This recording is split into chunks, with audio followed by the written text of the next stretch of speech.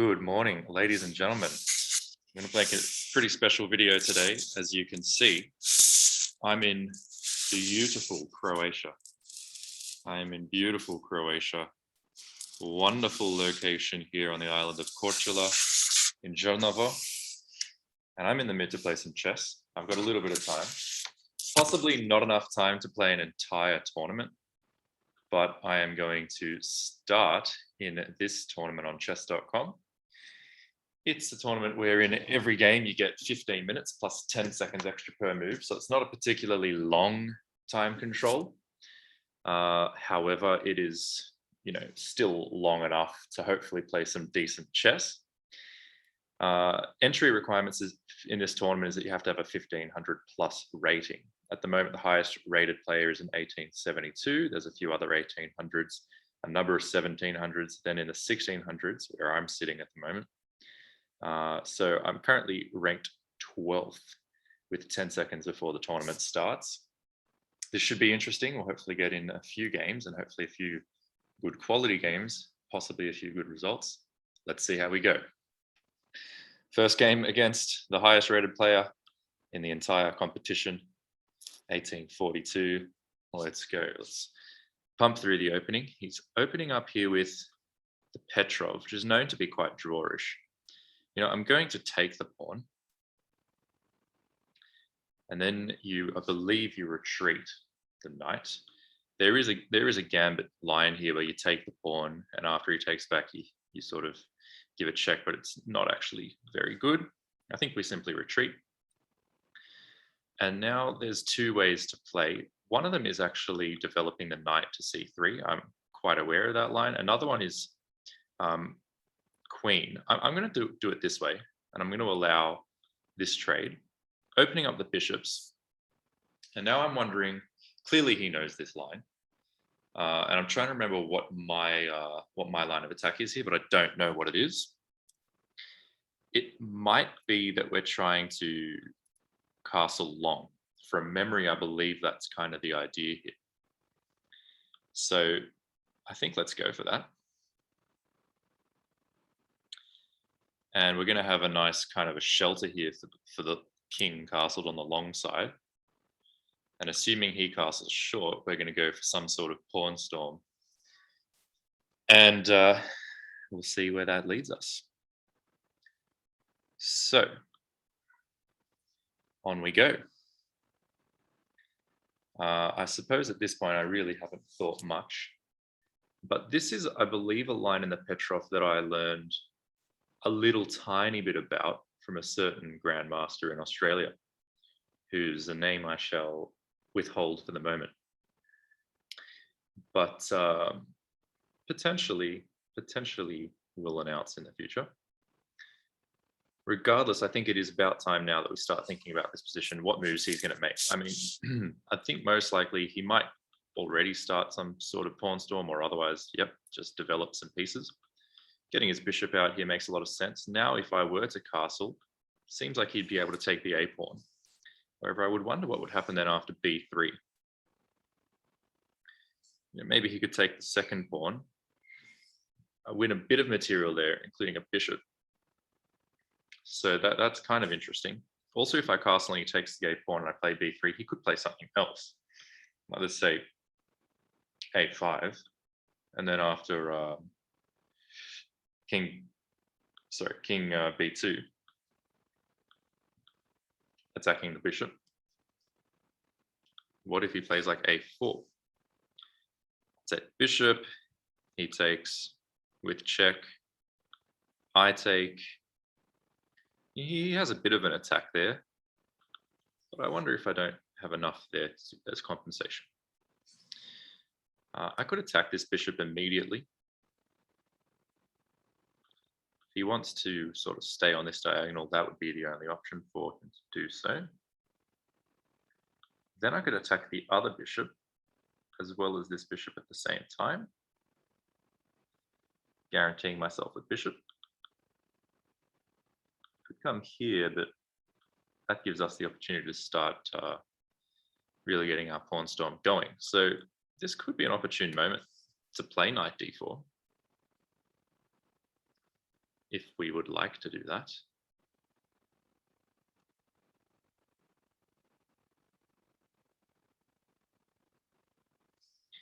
Knight d4, maybe he just doesn't care about it. It sort of makes it a bit harder for him to develop his knight.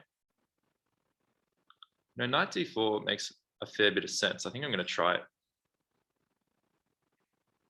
I think I'm going to try it because we do have long-term plans of pushing these pawns anyway. If I can win the bishop, I suppose why not? Even if it opens up the f-file, I'm planning to castle over here.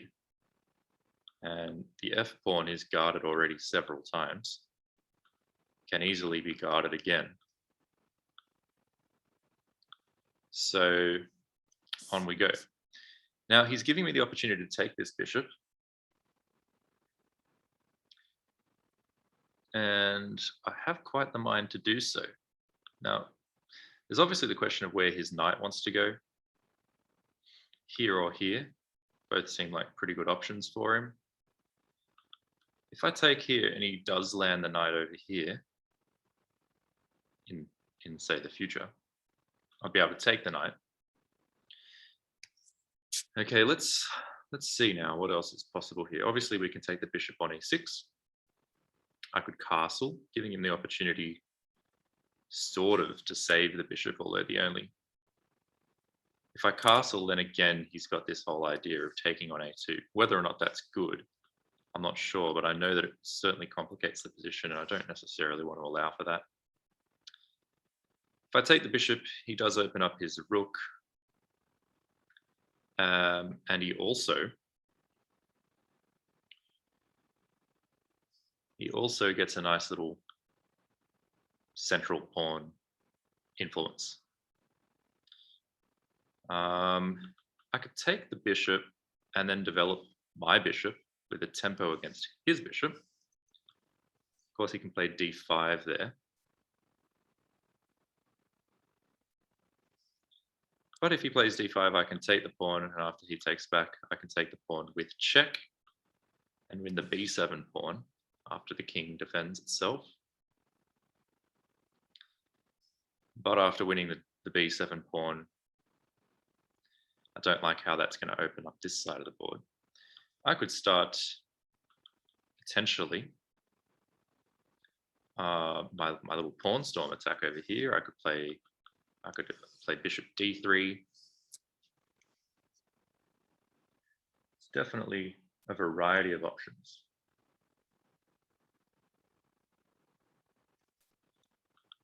Once again, actually, if I take and attack that pawn, yeah, not completely convinced of it. I could play like f4 just to control the square.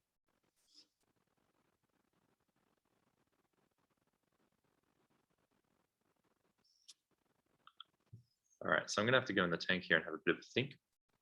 Don't want to get into time control pressure.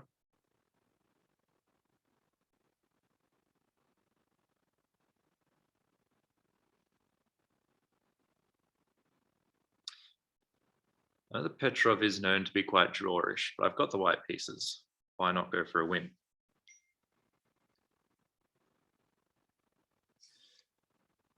Again, if he does play this move with the bishop, I've got this.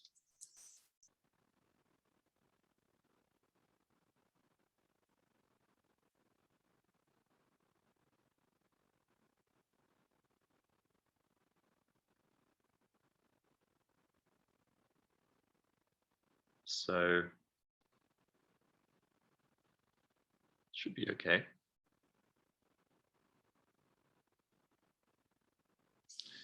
Not the case if I develop this bishop though. If I develop the bishop,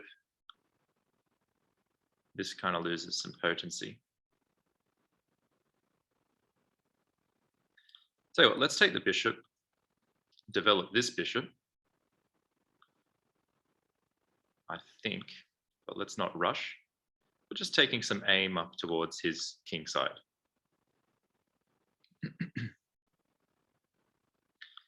Could also play this move in order to provoke this. because this pawn at the moment actually provides good support for his knight. And if I could provoke this pawn forward, it somewhat destabilizes the knight, at least in the short term. So I could play something like bishop c4, and after d5, either bishop b3, or then bishop d3. Which also then makes this potentially stronger in the future, because this would not really, it'd still be possible, but not as much. Bishop d3 straight away, yeah, maybe. Castles now is, of course, a possibility to contend with. Then we have to think about what he's going to do after moves like this. I'm going to play this move because let's take aim directly at his king, as well as an undefended pawn, developing with a tempo, possibly inducing what I think is a slightly weakening move on his behalf. If I want to, I can carry out a sacrifice of the bishop for 2 pawns. Okay, so we've induced this move, and now I was thinking about bringing the bishop back to one of these squares. Which square? It's hard to know exactly. It's very much hard to know.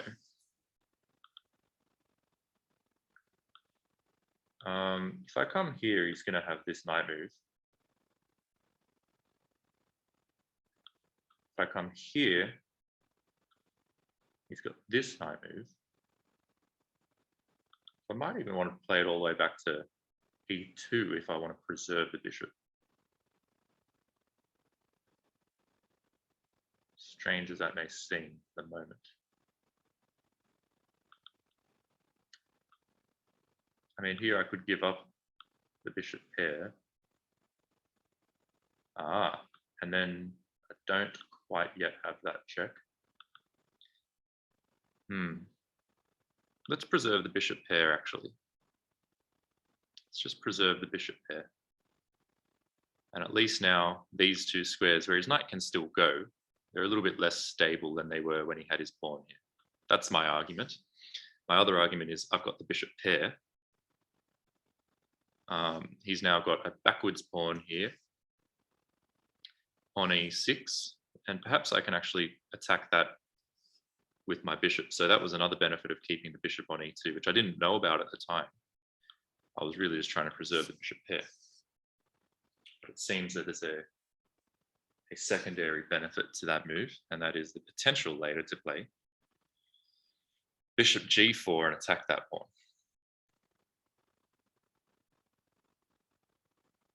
Of course, he can defend it in a variety of potential ways, but it might not be a simple task for him. Okay, so updating everyone, we're in the first round here of an online tournament, 15 minutes per side, plus 10 seconds each for every move that you make. 12 moves in, I think I'm going all right. I'm probably going to castle on the next move, probably, but not definitely. I might play a move like h4, just to start, getting things happening. Now, where this knight wants to go, probably here, to attack both the queen and the bishop. I could then give up the bishop for the knight, do some trades, and enter into a very kind of drawish endgame. I could also give the bishop up here, but I don't think I want to do that. Give up a bishop just to open a file towards the king of mine that's going to end up there. Don't think so. Could also play b3 here. b3 just to take both of these squares away from his knight, which I think actually makes enough sense. It does weaken particularly the a3 square, whereas bishop could land and prevent me from castling. And that's definitely something to consider. I could always castle short in such a case.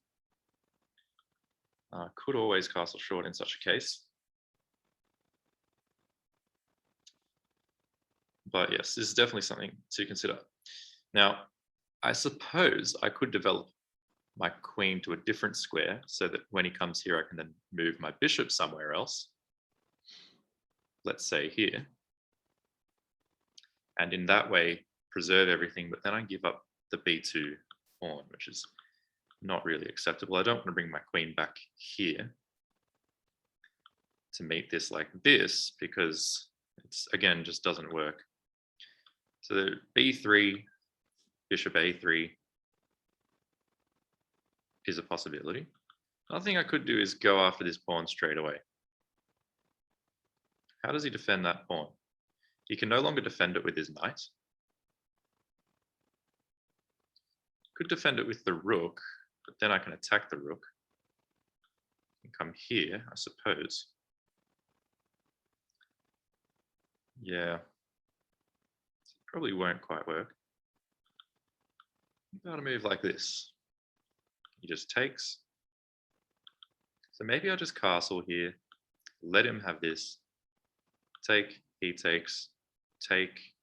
We have basically a bunch of mass trades. Don't see what else to do. I could castle short, of course. I could castle short, but then he's going to play this knight move anyway. Unless I play b3 and then castle short.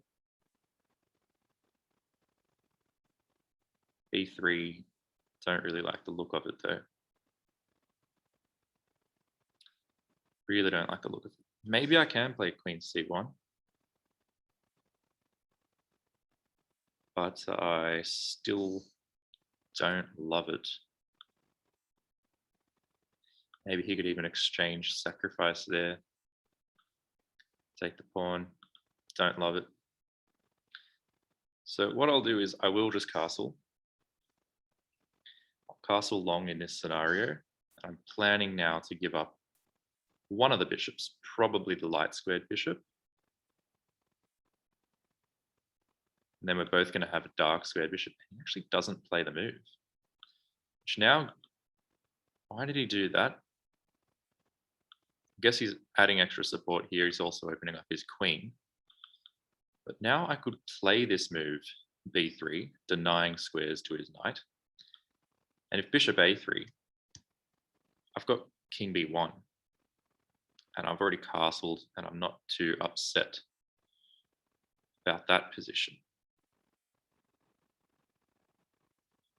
So that's now really a possibility. Just to say that his knight's not amazing. Only a possibility. I could also now move my queen so that this move can be met in other ways. It's very much a possibility now too. I'm getting low on the clock. Getting low on the clock.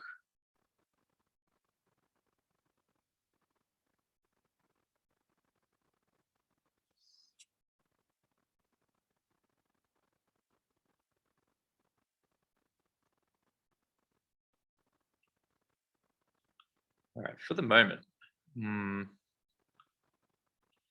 how about an h4 move, some kind? It's not quite ready to go yet, is it? There's this move. Then this pawn falls, however.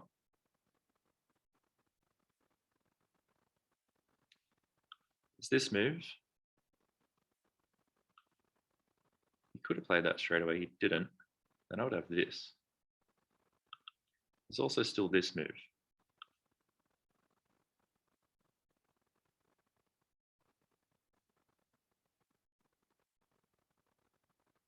Could be nice. Let's do it. This is the weakness in his position. I think his backwards pawn here. He can advance the pawn, I suppose, probably wants to do that. And his central pawns are looking pretty good there. But I could potentially play my queen now over to this square.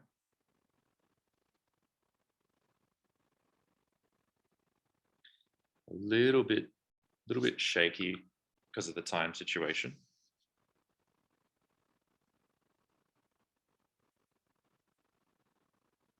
Must admit. So now I am allowing this. Yep, He does in fact play that.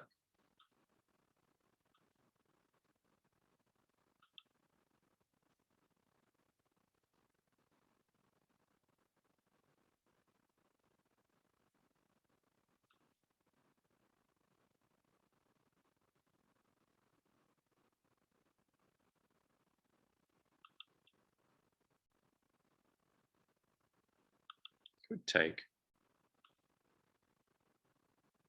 But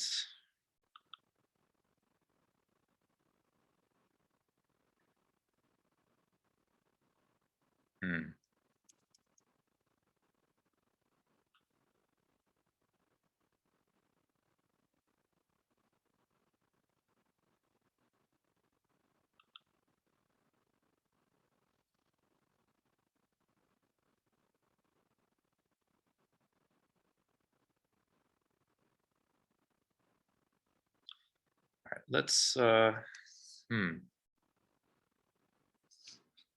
what about this move? Just don't like that it leaves this pawn hanging.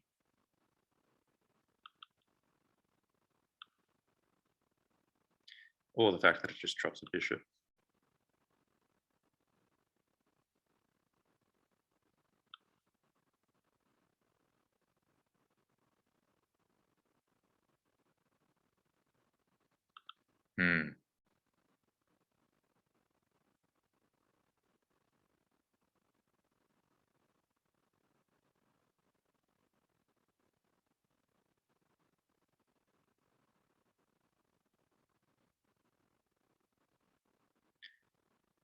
Not sure about this.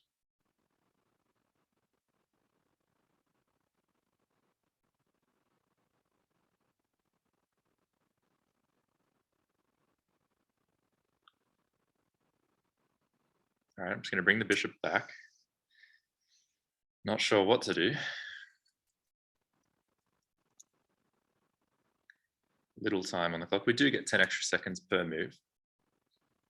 I think in this scenario, I'm going to give up my light squared bishop.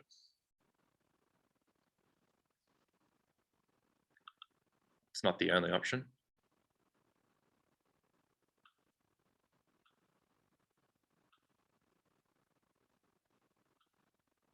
But it may be the best.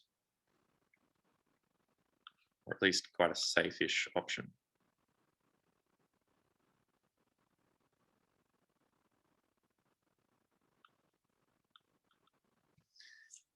Okay. That's not what I expected of his knight. That's really not what I expected of his knight. And that's all right.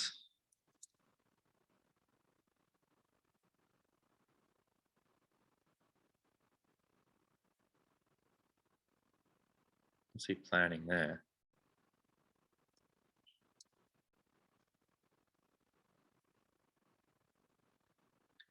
I really don't know.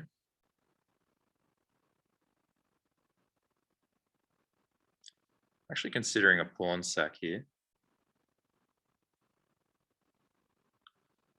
Let's do it. Let's sacrifice a pawn just to open the H-file.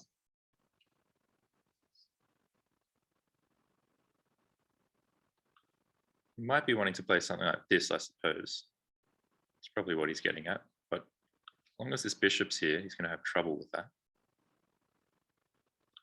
So okay, so he's now come here. Fine. He didn't want the pawn. Let's keep pushing.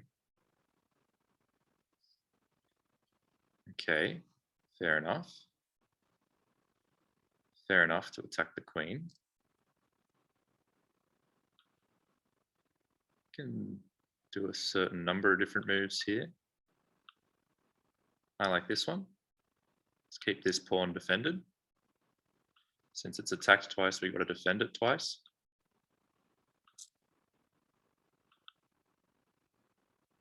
We can play f3 to kick this knight away. Trying to stay solid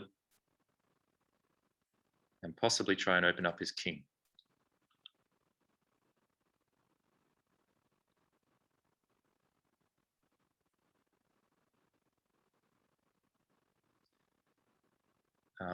Now I like that my rook faces against his queen. Might want to play king b1 at some point just to give some extra defense to this pawn on a2. Okay, now he's going for a trade of bishops, so I can take if I want. His queen's going to get into the game there, though. Ooh. All right, let's do that. He's given me a check. I'll take the chance to step the king over this way. All right, so having to play very quickly at this point. Bishop's doing a good job defending this, as is the rook. His knight's a bit scary looking. I'd like to get rid of it. Don't like the fact that it leaves this pawn undefended. And that pawn is currently actually on pre. You can take that pawn. I didn't notice that. However, it would open up the g file for attack. Okay, he takes this pawn instead, attacking both of my rooks. It's a very nice move. How did I miss it? I'm not too sure. Okay, well then. Let's make probably a poor move, but let's make this move. He's going to take one of the rooks. Let's let him take it. Let's at least defend this pawn. Okay, we'll take that back, I think. Yep. Okay, so somewhere we've definitely gone wrong, unfortunately. Yep, fair enough.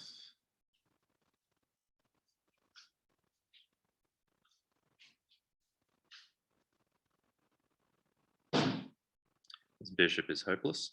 Let's try and trade it for a rook. We won't be able to because he's probably going to play rook f2.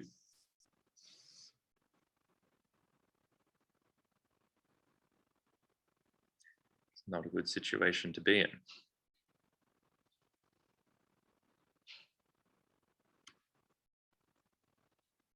Not a good situation to be in at all.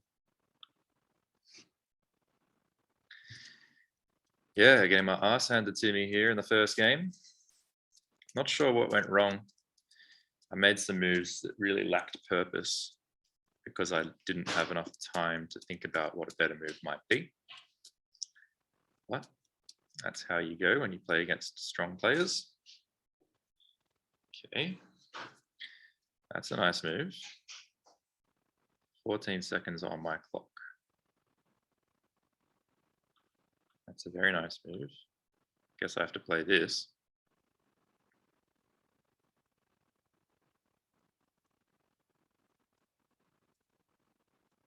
Yeah, this is just horrendous. Honestly, horrendous.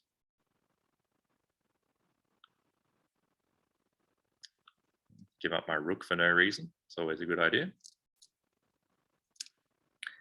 Bit of panicking going on here, I would say. Probably spent too long earlier in the game on moves that weren't really so important. So, and now of course it's just far too late to make anything happen. Unfortunately.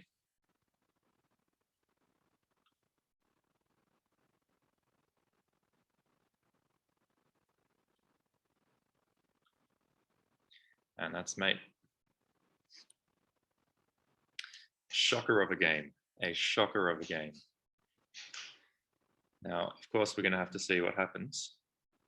What's happening in the rest. There's 2 more games that are still playing. I would like to get some sort of an analysis going here.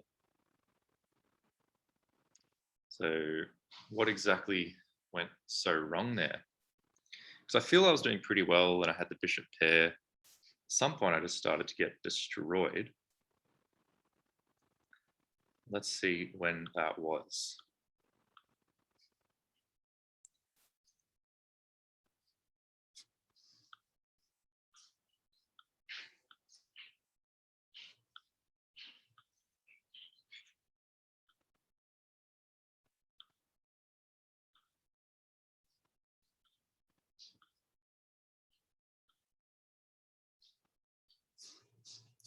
So what move did it prefer here after this Knight c4, bishop d3.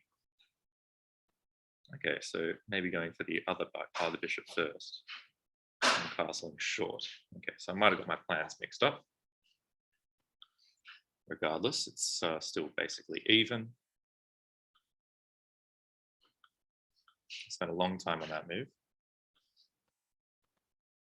Spent a long time on that move. Now black's looking pretty good. Still very drawish. So that move really did lack purpose, wasn't it? So what would have been better here?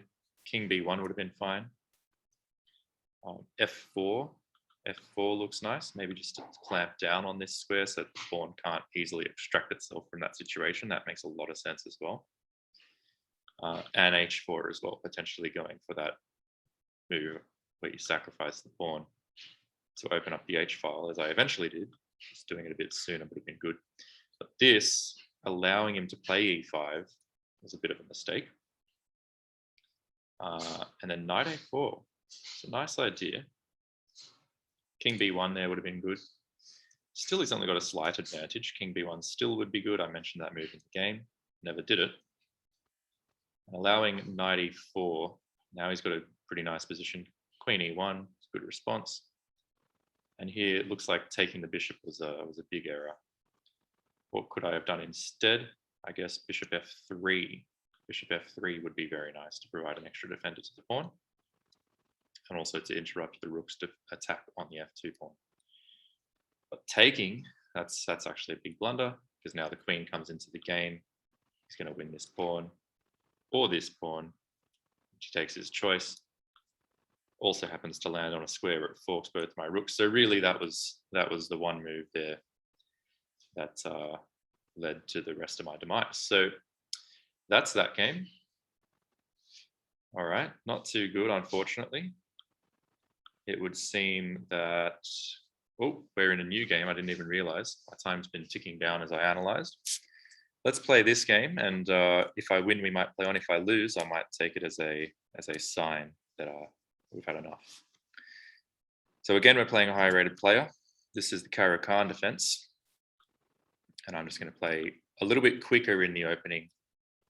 Try and make decisions that are, not as important, or make them a bit more quickly. Like, for example, this decision, I'm going to take the knight. I'll double up his pawns. I know this is theory. It's the main line, or it was the main line. I want to develop my knight, so why not? Sure, he can pin me. I can easily unpin myself. I don't see any issues, so let's go ahead and do that. He can put his rook on the g-file and attack the g-pawn. So maybe I don't even want to castle short. Maybe I want to castle long. I'm not too sure. He's got a pawn there. Maybe he can start pawn storm going. Clearly, he's a Caro-Kann player and I'm not. But I don't see an issue with this. I don't see an issue with this. So I'm happy to go this way for the moment. Again, I don't want to use too much time. I already used some time analyzing the previous game, which is why I'm already down on the clock. But we're going to make that time back. Now, if I were him, I'd be wanting to play e5 at some point. He can't do it just yet, because after takes, maybe he can do that. Okay, so now he's getting ready to attack this pawn. Don't think he still can. What about the move bishop f4? Does that help to prevent him from playing e5? Because then after takes, even if we get, a trade here, right, and he takes back, my bishop's going to always defend. So I'm going to do that. I want to try and really control his pawn center this time, which is something I failed to do in the previous game. Like if he wants to develop, it'll have to be like this. I'm not going to allow this time around. And I'm also potentially preparing to castle long. Potentially preparing to castle long, but you never know, I might castle short. I might come through with a move like h3 and just force the issue here. Then could he play e5? Well, still no, because after takes, and either queen trade or not, takes back my bishop is doing a marvelous job. He might therefore want to play bishop g7. to sort of contest that. He could play bishop g7 to contest that a little bit. And that would be completely fine. Okay, he takes. Clearly, I'm going to take back with my bishop and defend this pawn, keep my pawn structure good. Here, I'm happy to take. If you want a queen trade, I'm happy to go for a queen trade. I don't see the issue. If there is an issue, I'm not seeing it. So far, I think we're looking all right. So it comes in with a check. So I did not see that. So he will probably pick up this pawn again. That's all right. That's quite all right. I can play this, and then he's going to take back. So he will end up getting this move in, the bastard. But maybe not necessarily. Maybe not necessarily. So say something like this, he takes. I take, he takes. I put the king here. Then what's happening? I don't think we want to do that. Okay, so you know what? Let's just make a move. That's going to be kind of non-offensive move. If he takes my queen, I'll recapture with the king so that my bishop still controls the e5 square. If he takes the pawn, I'll take his queen. So I think we're all right. If he develops the bishop, I'll play c3. So he takes, I'm going to take as well with the king, so that I still defend this pawn. Currently, we're up a pawn. I think that's how it's going to be. I'm going to take that pawn. I don't see why not. All right, you can give me a check. Not a problem. Now I just got to be a bit careful. This move probably is the move where I don't mind spending a bit of time. All right, so what's going on in the position is I can't defend like this because, of course, he's simply going to take the bishop. There's nothing else I can use to defend, which means I have to move my king. My king can come here or here or here or here or here. So I have exactly 5 options. Let's go through them. Coming here really blocks in this rook. And since my rook can't come here anyway due to his bishop, my rook then is really passive, doing almost nothing. Coming here has a similar effect on this rook. At least this rook has a little bit more scope. So of the 2 moves, I'd probably prefer this. But this move allows both of the rooks access to their central squares. It also allows me to castle by hand to the f1 square in future. So I really think I like that a lot. Whereas coming out, to the 3rd rank seems rather scary and unnecessary. So again, making a rather quick decision, I'm going to go with king e2. All right, in future, we can play these moves if we just want to hunker down and say we've got the extra pawn now. So we at least should not lose this game, but we're definitely going for a win here. The queens are off the board, so it's a queenless middle game right now. King activity may become important, and my king's already on the 2nd rank in a very safe position. I would totally imagine that he's going to develop his knight with a tempo against my bishop, which in fact is exactly what he does. I'm wondering if I can develop my rook and meet capturing the bishop with a move like this. However, he has this move there. I have check. That just activates his king.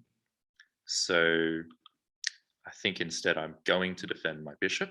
Only real question is how. Now, putting my bishop here does restrict his knight quite nicely. But it leaves my bishop undefended. He can attack it in various ways, to some extent or other, although that would open up certain attacks against the b7 square. He can still defend, develop his knight here, but then I would take it.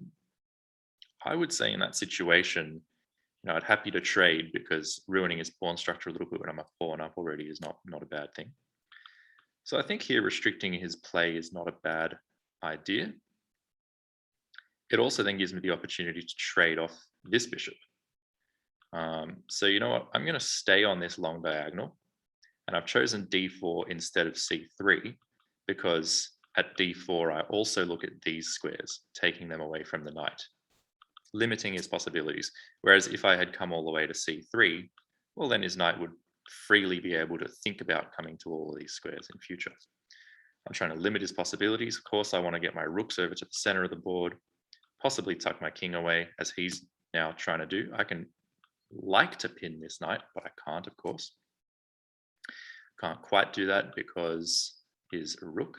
What I can do potentially is take this pawn. Then he has this move though. But then I'd have this move. So this is really very interesting. We could calculate here. So I take the A pawn, he plays, let's say, B6. I take the C pawn, also hitting the knight. Then he has, a check. I could just say that I don't care and I play king f1, or for that matter, king f3. That's very interesting, actually. Very interesting. I mean, alternatively is that I try and get the rooks out first, but then that gives him a chance to sort of defend. So is there an issue with playing very greedily here and just taking the pawn? Let's say he checks me. I can bring this guy all the way back. So check. If he tries to trap my bishop, I can take this pawn, threatening to capture, and then take that pawn. I think it's going to work. Maybe I could have thought about that longer, but I actually think this is working. It does allow his knight scope because I've let go of this long diagonal. But if I'm going to be 2 pawns up, then I'm happy to just hunker down and let the game trudge on, then just watching out for tactics and so forth. But let's see. I mean, if I were him, I probably wouldn't want to play b6. So yep, he comes after this knight, this bishop. And look, that's fair enough. Fair enough indeed. I could save the bishop if I want, but I don't have to. I could also just happily accept trades at this point, and I can always capture back with my king as well, interestingly. I could capture back with the king. Another thing I could do is plant this bishop here, attacking his rook. But in that case, he has this move, check, which is quite annoying. So what I might actually have to do is bring this guy back immediately. I think that's what I will do in the end. Hunkering down and saying, you can take the bishop, I'll take back in one way or other, I will take back. And I'm just going to keep myself safe. I've got 2 extra pawns on the board. Okay. That's what I'm arguing, is I'm the one with the extra pawns. And right now, I can go for queen trade, rook trades if I wish. Of course, you have a bishop here looking at the b2 pawn through the lens of your knight. So now you're basically threatening to take my bishop. And after I take back, you're threatening to take the b2 pawn. I get that. I really do. So one thing I could do is play like rook b1. Rook b1 would be a possibility. Another possibility would be to play like c3. c3 weakens this square a little bit, and it gives it it does give that square to the knight. What else I could do? Maybe just playing a rook move and saying, you know what, I don't care. Let's trade these pieces. I'll give you this pawn, and then we'll get a few trades, and then I'll come after your bishop. And after your bishop moves somewhere, I might make something happen. Possibly. I could also play this move now to keep a hold of everything. Because if I play this move and not let him trade, well, then what does he do? I mean, then I'm threatening this pawn straight away. It also means I add another layer of protection to this d3 square in case I want to play c3 in future. My bishop will cover the square. So what can he do? He can still jump away with a tempo against this bishop and this pawn. And that's probably what he would do.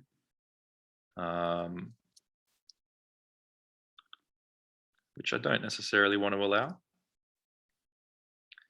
So I actually think this is possibly the most solid move. Rook b1, just very, very solid. And saying, look, I've got 2 extra pawns. I'm going to play very safe you're going to have to do something very creative if you want to win. But I'm not just going to give you the victory here at all. Now, if he plays this move, I've got this if I want to defend the pawn again, but more than likely, I would just say you can take the bishop. I'd defend the pawn in a different way if I like, or I can defend it like this if I like. Several options are available to me here. So it's really up to me what I want to do. I can give a check here, and that could be a very nice move, actually.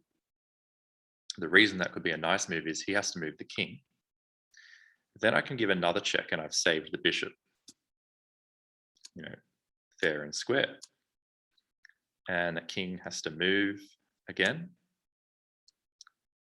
These are possibilities. I could also not quite think about that move. Could I come in for a rook trade now? I suppose I could. I think c3 is probably nice to blunt his bishop. Just to blunten his bishop. But his knight becomes half decent there. So I'm wondering if b3 is better and say, look, you can have this diagonal because you're aiming at nothing. You're really aiming at nothing there. Besides, move your knight away. At which point I imagine he would take this bishop.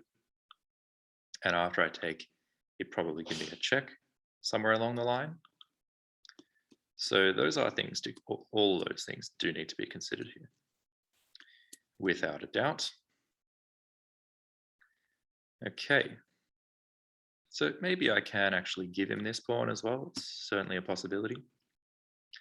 If I play this and he takes, I can always take with my pawn as well.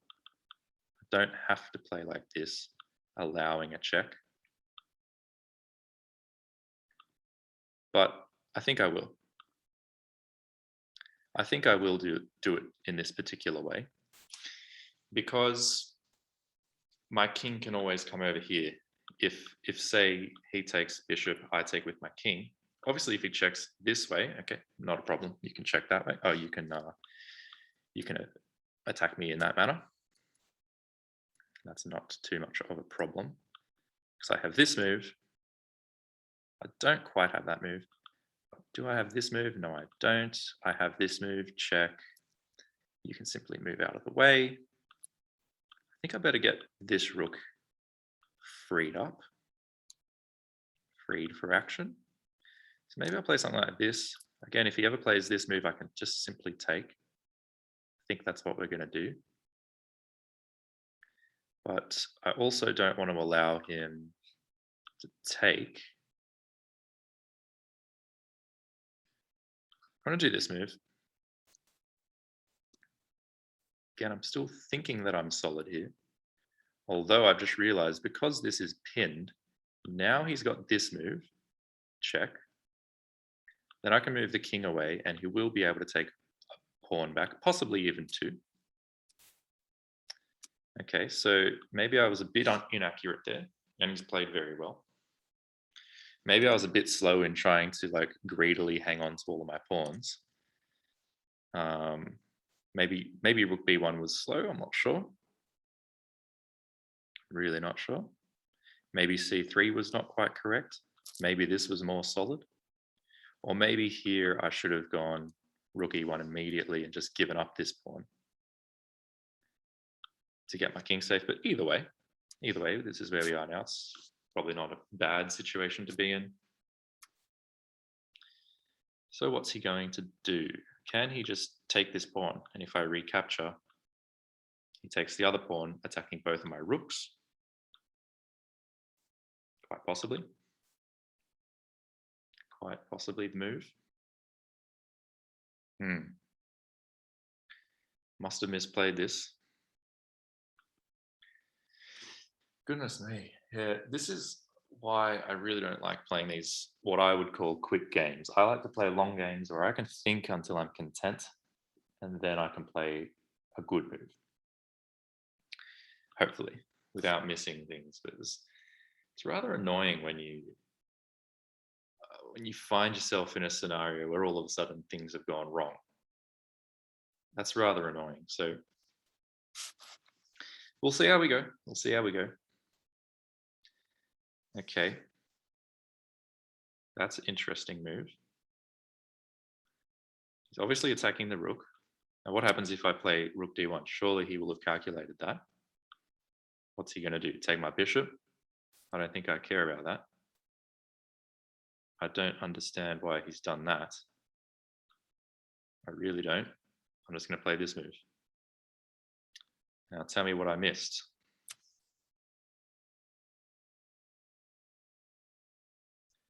I feel like he made a mistake there.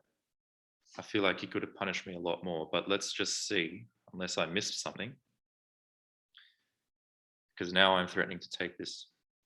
So I believe he's going to probably take my bishop. I'd be happy to see that. He might just come back here and attack this again, but at the very least there I get a trade, and then I can defend that.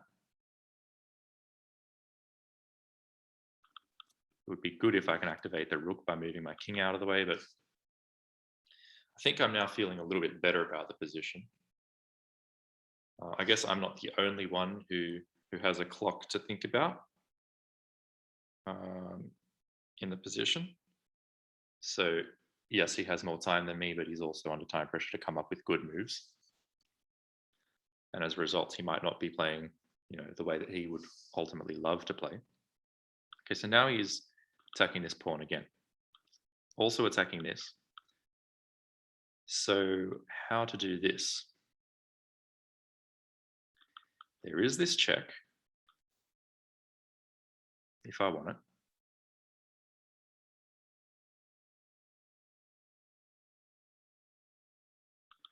Can also trade rooks, that's check. If he takes with the king, then I can give another check.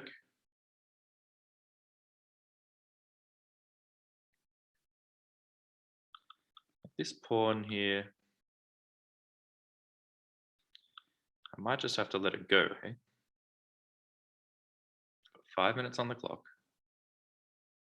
I can play a move like this and just give back a pawn.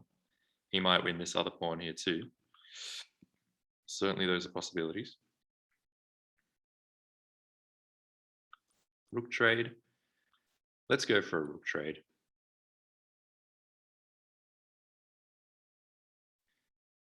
Just in this, so we don't use too much time. And then maybe I can just defend this pawn.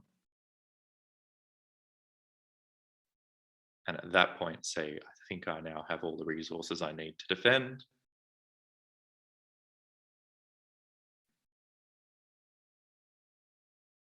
So can I just play this now? Okay. Could play this and give him the pawn. Could also give a check. Not sure what that achieves, however. Check. If he comes here, then I might have something like this. So after check, let's say he comes here, then again, what have I achieved? If I move away, he would be able to take things. So what to do?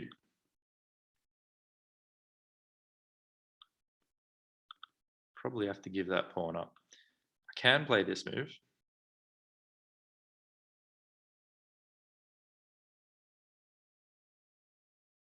But it's super passive and it doesn't seem to solve my problems.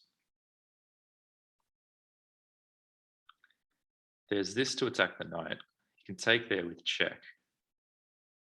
And then here I attack and he probably comes back. But at that point, I've got this check. He has to play something like this.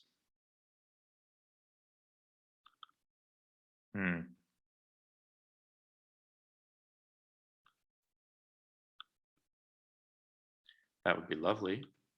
But yeah, I think he would play this check. And then when I come here, he comes back there. And then what about this move?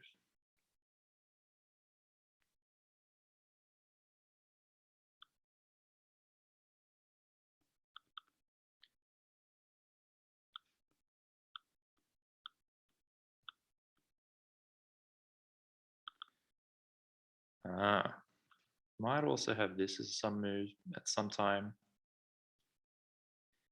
I think that's actually what I'm going to do. Let's voluntarily give up the pawn. I'm not interested in defending it. It's causing more issues to me. Trying to defend that pawn is causing me issues that I do not want to have. I would rather my pieces play nicely together than hold on to this pawn. I think trying to hold on to material in the last game, was it in the last game that was an issue for me? No, I think it was earlier in this game. Throughout this game, trying to hold on to the extra material has been an issue. I still have an extra pawn and I can still give back an extra pawn. What matters more than how many pieces you have is what those pieces are doing. So this seems to really free my pieces a bit more. Maybe I can play like this now. Maybe not quite yet, because now he's attacking this. There is now the check move if I want to give a check, and then that forces a rook trade. So let's do that. Let's get the rooks off the board. The reason this forces a trade is because now he, if he just moves the king, then I take the rook and he's gonna, we got a rook trade. If he blocks the check somehow, I still take the rook, and after the trade, I can then move my bishop out of the way. Okay, so now what about a move like this? Well, of course, we have to move the bishop. Only question is where. We could give a check first. Not sure what the point of that would be. However, I could bring the bishop all the way back here.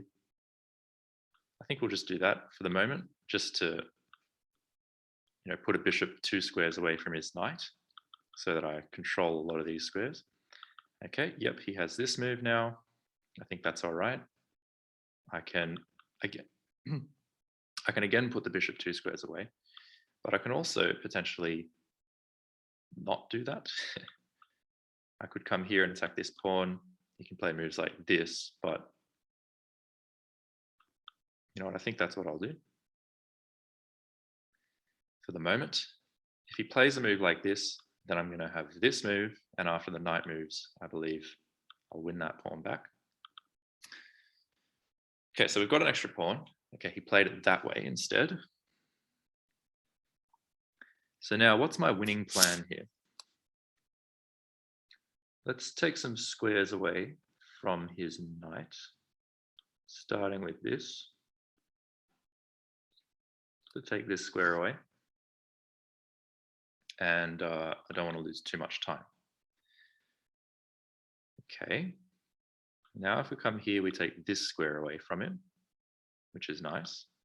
He might want to play this. And so because of that, I might want to play this move, but it doesn't really matter. He can, well, I'm not sure. So what's my winning plan here?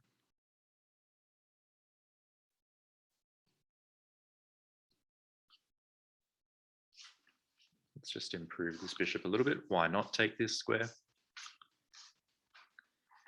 Yes, we're looking at this pawn. Okay, I'd like to probably activate my king a little bit more, take that square away from his knight. Maybe I should have done that straight away. Okay, so now he's going after the bishop. I come here. Bishop does a pretty good job there, I think. Made that move relatively quickly, but we are attacking a pawn. And the bishop is defended. This bishop's a loose. It's a bit scary, but we'll see how it goes. We've got this potentially as a check if we like it. I can also play a move like this now, or maybe like this. That could make a fair bit of sense. Keeping things defended as far as I'm aware. Attacking the knight. Okay, he has a check. If I come here, he's certainly got another check.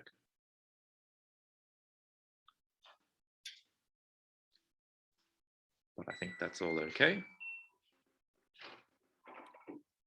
There's the check there.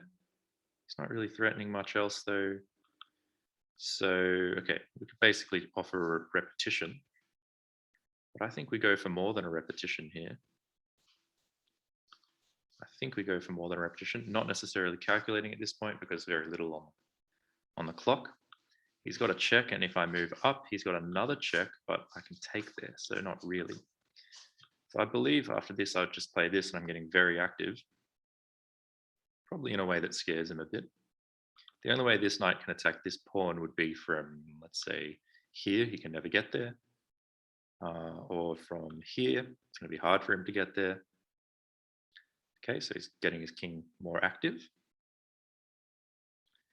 Now, if I come here, then he's got this check. Okay. So what do I want to do? What about a move like this? Just looking to pin the knight.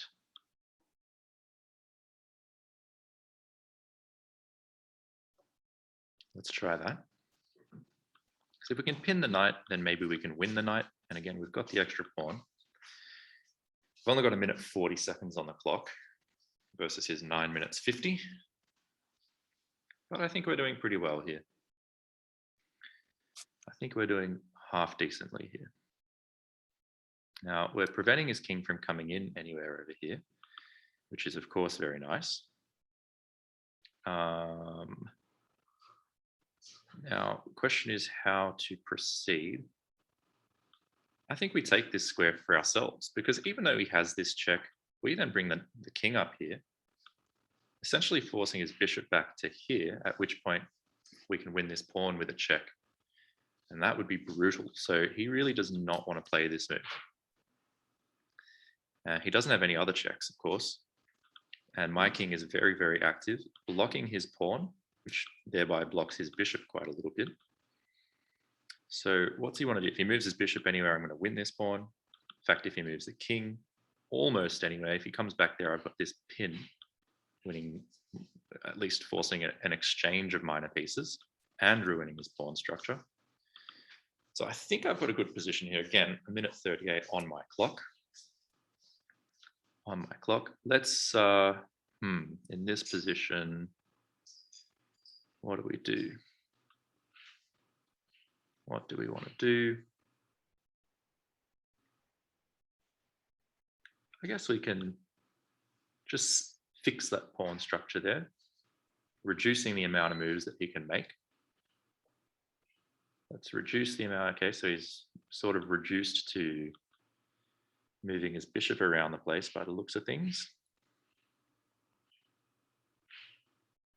Fair enough. So what comes next? What if we play a move like this?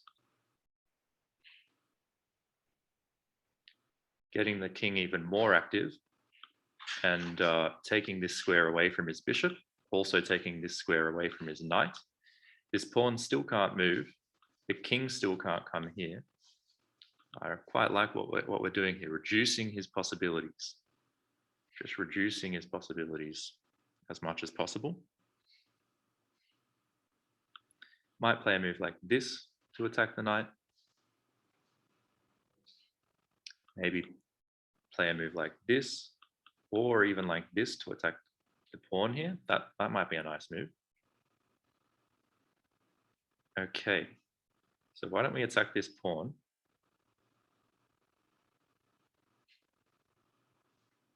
We can attack the knight. We can also attack this pawn now, but he's going to attack the bishop. He's going to attack the bishop. That's what he wants to do. He wants to attack the bishop. So we attack this, he attacks this. Then we can take. He takes, we take.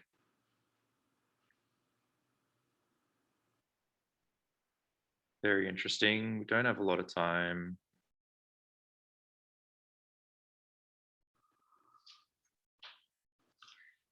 Let's attack the knight and just keep everything nicely defended.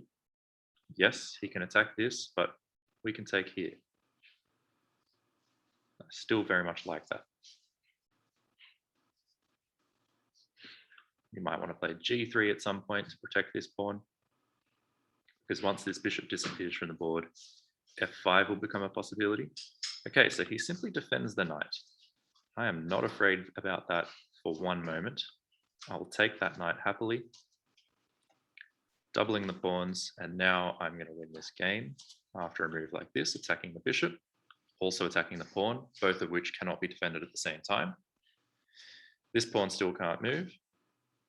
Okay, so what do I want to take? If I take the bishop, he takes my bishop, and then after I take, he's going to get a queen, so we're not going to do that. What I will do is I'll take this bishop. I will take this bishop. Okay, yeah, you can do what you like. I'm going to come here, defend the pawn, and attack your pawn. This is looking good. Okay, I've got the opposition here, just as a point of reference. Still not 100% relevant because the pawns are relatively dynamic still. But let me come down this way and try and snatch up a pawn. And off we're going to go.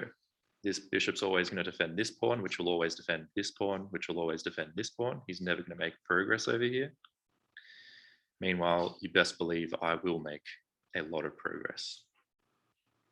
So I'm just going to do this move to start with, just so that this little defensive thing is all set up the way I want it to be. And then I'll come after him and go for the victory with the extra pawns. I might play a4 just to gather some speed. His king's basically useless right there. I can play this move if I want, but you know what? There's no need. Let's now make this win happen. Let's make this win happen. Okay, he moves. I'm going to take this. Thank you very much. Yep, you can do that. Now, if he takes, I take back and he takes back. So we don't necessarily want to do that. What we will do is I'll just take the pawn. Just take the pawn. Why not? Okay, now let's continue on, clearing the path for these pass pawns. And we should not really have many issues at this point. We should not have many issues here at all. But let's not dilly-dally. Let's get to it. That's basically the plan.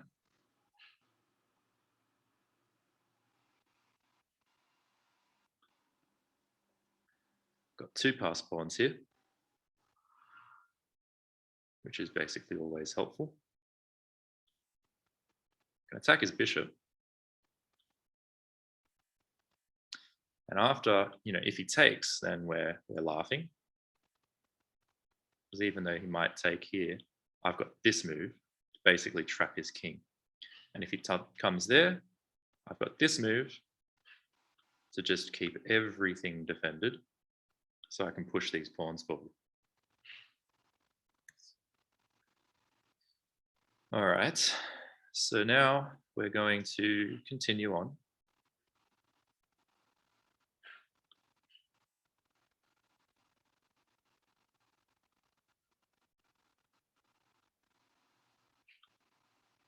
And we're going to get a queen now unless you give this up.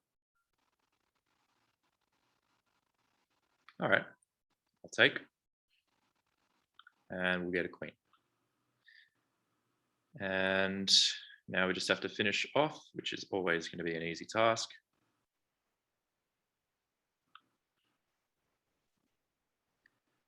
I'm going to protect everything I've got, and I'm going to cut his king off, keeping him 100% defenseless. I'm going to get another queen and win the game. He can resign if he wants, or he can allow me the pleasure of crushing him slowly. Check. Let's make sure I continually check him here. Check. check, check, check,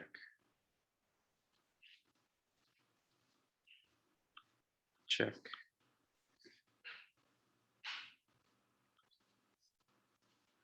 And resigns. Okay, very good. So we got the victory there. Maybe a bit of a close call there at certain points. A long game, 69 move game there. And again, not the most accurate of all time. But on we go. There's still 2 games going. 1 game going. So there's one last game in action still. Which is very close to being finished. And then the next game starts. I'll tell you, I'll play one more game. I will play one more game in this tournament. And then we'll continue on. For the moment, I'm just going to pause the recording. I'll be back in an instant. All right, I am back. Toilet stop. Now, we're just watching the end of this game against Grandmaster Accuracy from St. Peter and Michael. Wow, what kind of a place is that? Anyway, he is playing as black and he's 100% going to win this game. So that means that the 3rd round of this tournament is about to begin. Now, if we can see here, the guy I played in the first game is coming equal first with blue, pink, emerald. So they'll end up playing each other eventually. Grandmaster Accuracy is about to be equal first with them as well. I'm coming equal 3rd at the moment with 1 victory out of 2. If I could make it 2 from 3, well, that'd be wonderful if I can make it 2 from 3. Particularly in a tournament where I'm certainly nowhere near the highest rated player. All right, we're 1 move away from mates, which means the next game is just about to start.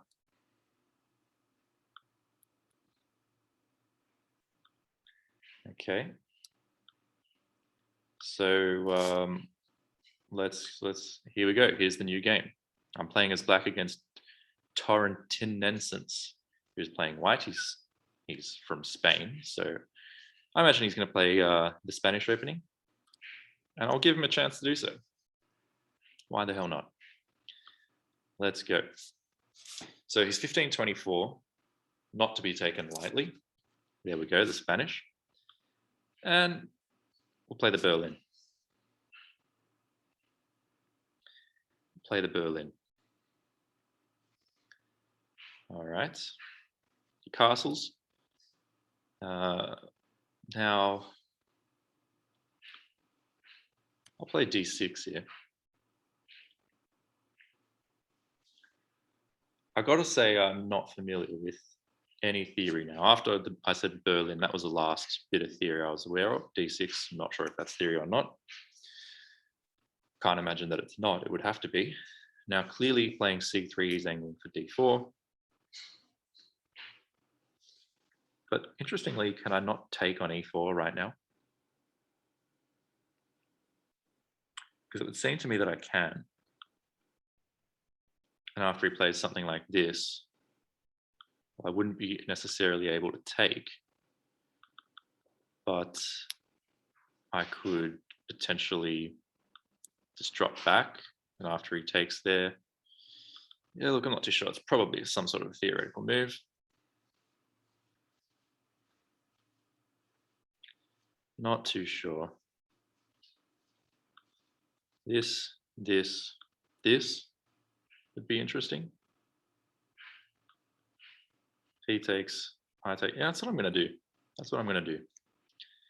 Let's go for it because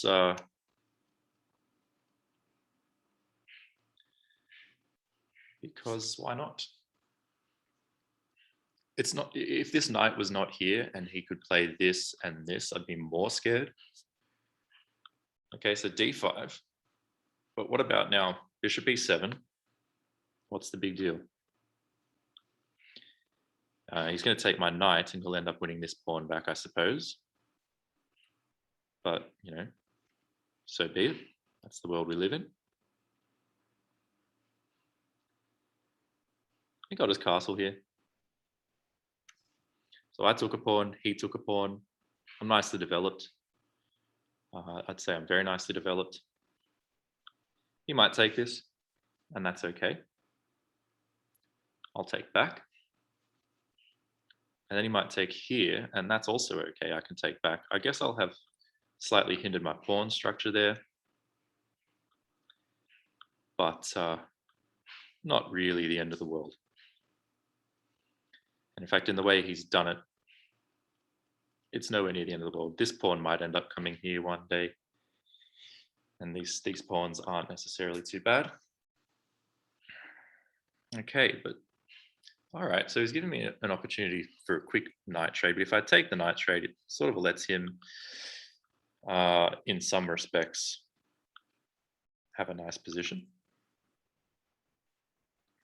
What do I want to do here?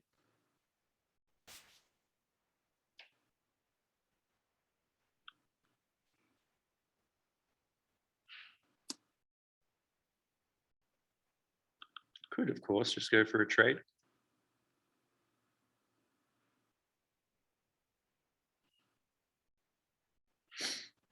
Certainly is possible.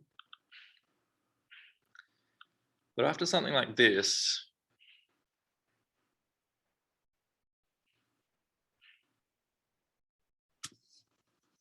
I think I'm pretty happy. After something like this, I'm relatively happy as well.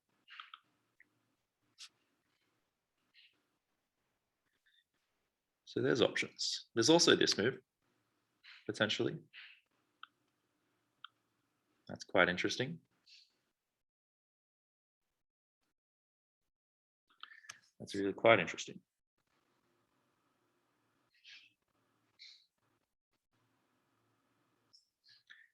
There's this.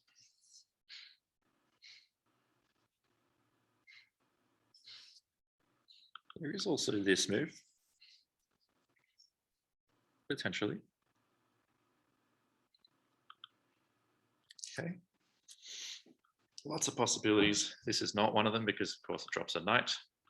This is not one of them because he takes with an attack on the bishop while still attacking the knight. It could be one of them because after he takes, I can retreat the knight.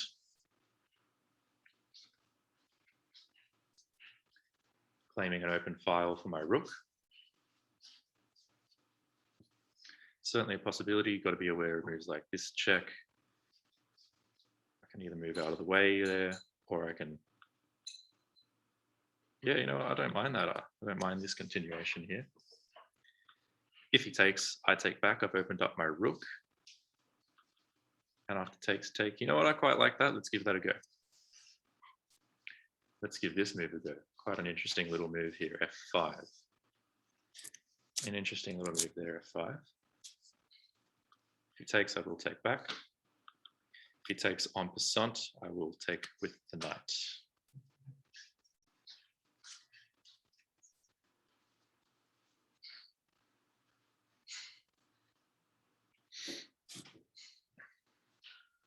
Now, this will be my last game because we are nearing lunchtime here in beautiful Croatia. So I'm hoping to end this tournament on a strong note with a victory here, making it 2 from 3. That would be fantastic. And then I'll have to bow out before the final rounds, unfortunately. But better than nothing. Now, back to the game.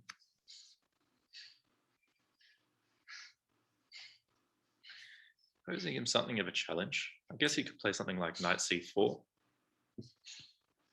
putting further pressure on my d-pawn, which would then be attacked thrice. It is, of course, defended 4 times presently. So that would be okay.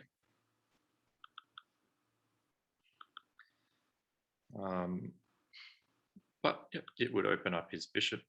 Could have some certain possibilities there. Okay. And he opts for this move. Not a bad move. So here there's potentially the immediate d5, which is very scary because it gives him a passed pawn, but it very much solidifies this knight. And if he were to capture, I can always take back. So there's a real possibility of playing that move there. Absolutely. So other possibilities here, I could take this pawn. Taking that pawn could be nice. If he takes back with the knight, attacking this pawn, then I don't love that situation very much.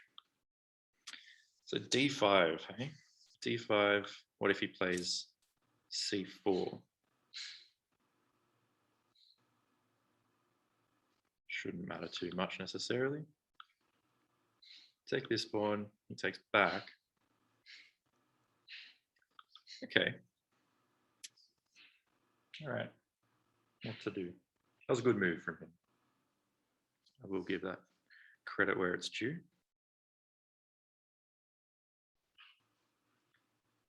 Credit where it's due. Now we can take and play this move.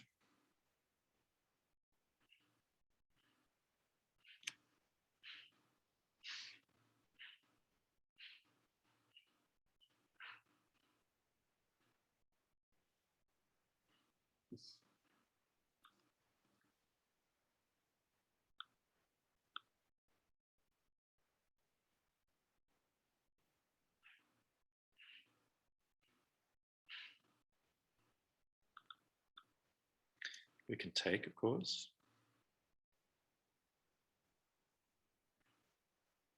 Giving him lots of options. Yeah, this move's really interesting. Don't really like that it gives him a pass pawn there. Hey, really don't like that. So we could play something like this as well.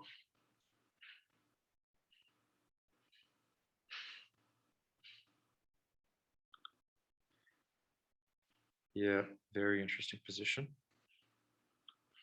I'm going to give him the pass pawn. I'm going to trust that hopefully I can win this pass pawn back at some point. But I want to have some strategic advantages myself. I think this pawn chain will hopefully be one. I want to be able to take with this pawn and open up the F file for myself. And if not, then I want this knight to stay exactly where it is. If I can't have what I want, then secondarily I want this knight to stay where it is. Yes, you get a passed pawn. I can blockade it with my bishop. Ultimately, I'll be able to attack it, hopefully, and defend against anything in future. But it is a game of give and take. Okay, so he's attacking this pawn now regardless. It's all right. I can attack that knight if I wish.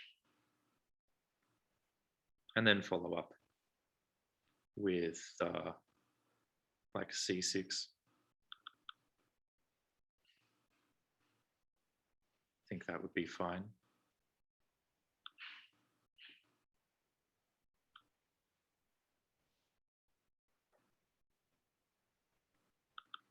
I think that would be fine. I mean, there is, of course, bishop b7, there's d7. But ultimately, I don't think I really like this knight being where it is. Even if I move this pawn, just the very fact of him jumping into this square is probably something I don't love. So that brings to mind possibilities with the queen e8. Defending the square, also coming up with possibilities of moving the queen in future. So queen e8 is possible, definitely. Maybe bishop e7 first. And he has this. Very dangerous play. Very dangerous player.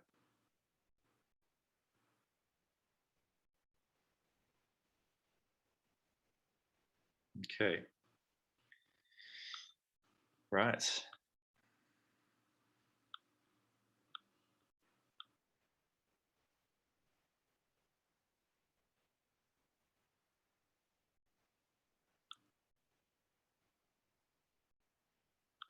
Don't want him to solidify this passed pawn.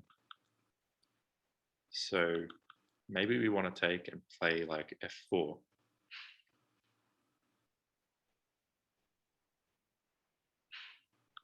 Because he gets this pawn then.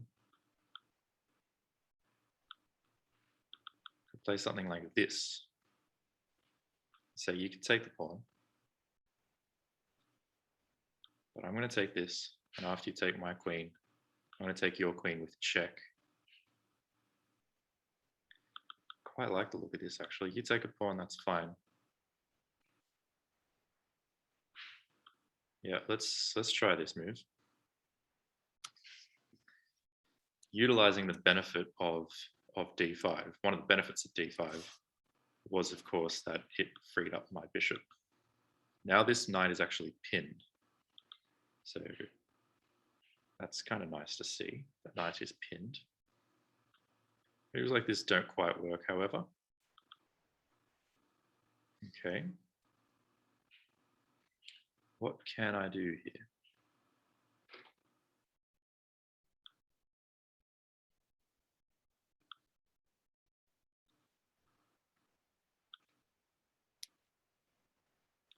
Giving up a knight.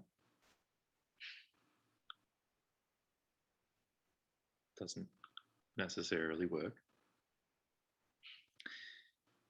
I guess I can just drop the knight back. It's entirely possible. I could take the knight. Could potentially come here, attacking the queen. He would most likely take. Then there is a check.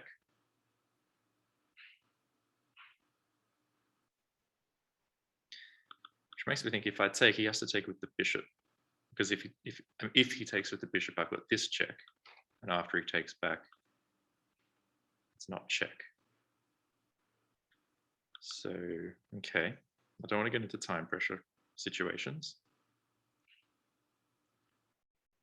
I really don't.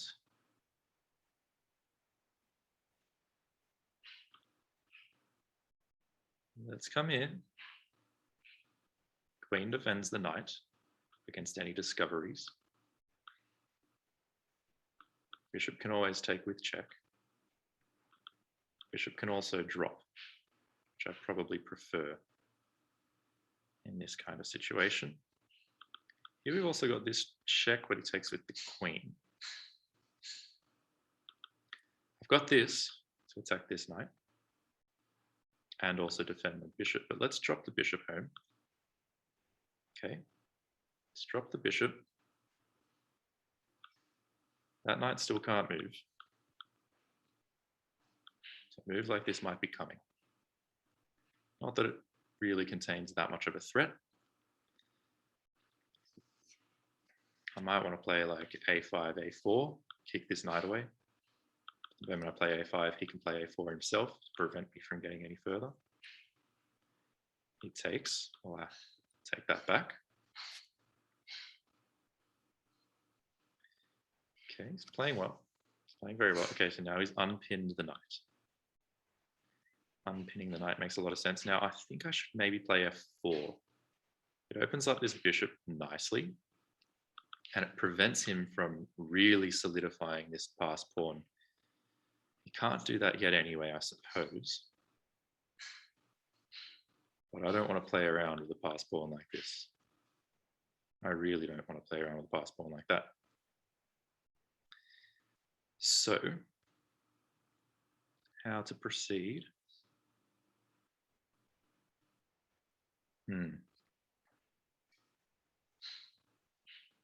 This pawn is very strong. No doubt about it. I'm going to play this because I need to get this rook active. This might be a way to do that. I just gave this pawn up, unfortunately. I stopped thinking there for a minute. Gave this pawn up. Hopefully not the end of the world, though. Okay. There is this now, and I'm attacking this pawn. And, you know, that's good. I've also got this, potentially. These moves all come to mind. So if we attack this knight, let's say, hard for him to defend the knight. I guess he can play something like this. So maybe I want to play this first.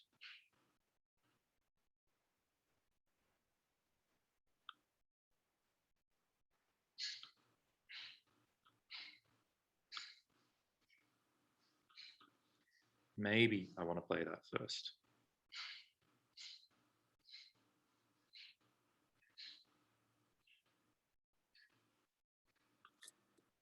Could be moves like this. Don't want to get into time pressure. I'm actually going to play this move first, giving up this pawn as well. This is not going good. I don't know what I'm doing here. Giving up the pawn with a check, not what I needed right now.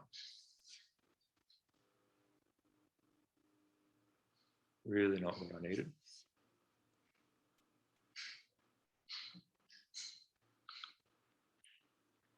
All right, well, I think I'm going to have to move to the side.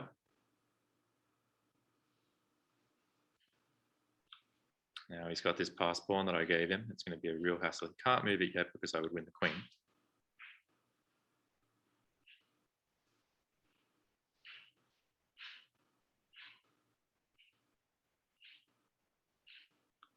Perhaps I can now pin this knight. I can also bring a rook in and attack this pawn for a second time. I do have a strong bishop. My pieces aren't that well coordinated. Maybe I got to play like h5, h4, h3, but I don't think that's necessarily going to work.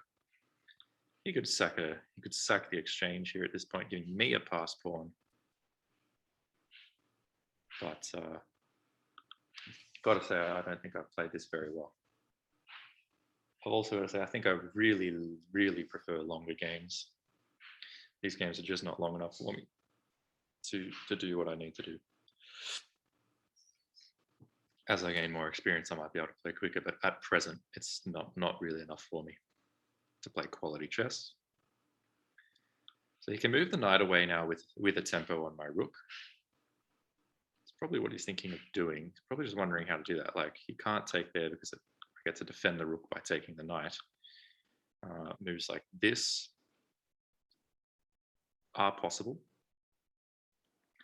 And then, threatening a fork, like that could be good. So like, let's say even this move, either of these two moves, which threatens my rook. And if I move my rook out of the way, then he lands the fork against the queen and the other rook. So very dangerous now if he moves this. Very, very dangerous. If he does move it to either of those squares, maybe not this square. I mean, if he moves here, maybe the best thing for me to do is to actually take the knight. And after he takes a rook, I could come. No, I can't come here. This is not good for me if he moves this. I've got to figure out what to do. I guess I could move the rook. And after he comes here, I'd be able to take with my bishop. So yeah, my bishop is a key defender in this situation. Very key defender of this square. So if he moves the knight, I think I've got to move my rook out the way.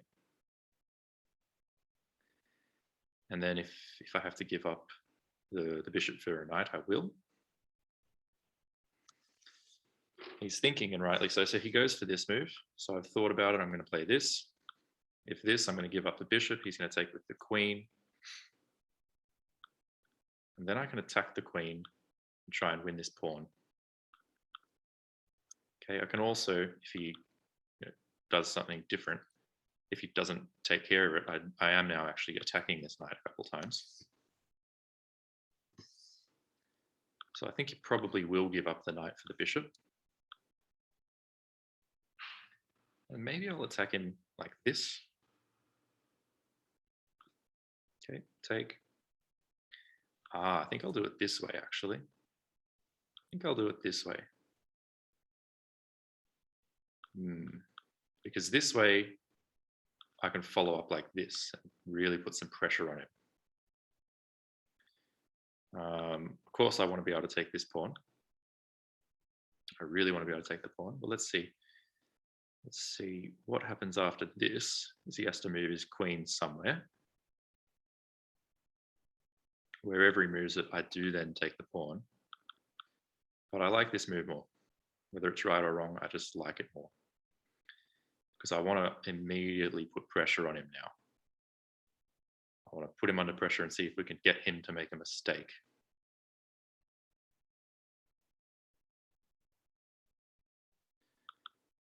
Okay, there's no back rank issues because I've got a rook on the back rank. So where does he put his queen? Clearly nowhere here or here. He could put it here. It's one possibility.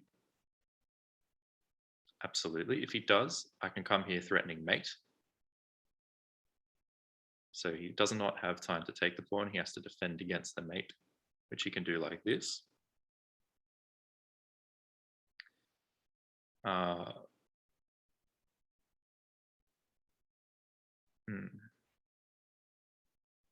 So his rooks are going to do a really good job of defending against the mate threat. So I might actually be better putting my rook here. If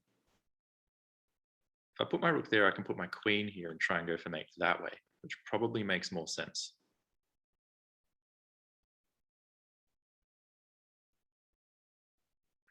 Don't have a lot of time. Neither of us do. I've got half the time he does though. If he comes somewhere like this, I think same deal. I come here. Maybe I stop here along the way, force this move, and then come here. I think he just plays this. And after I take, it seems like it's getting very dangerous for him. He's going to want to be careful, but I need to be accurate. I need to be very accurate. And I just don't think I am being accurate, or that I'm capable of being accurate with such a small amount of time. I don't know if this is better for him, or if this is better for him, or if this is better for him. They all seem to have pros and cons.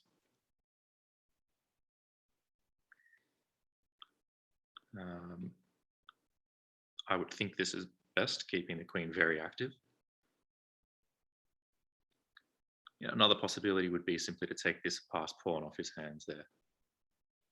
But I don't really think that would be the way to go. Another possibility would be then to attack the queen again, but he takes the pawn. After he takes the pawn, what am I doing?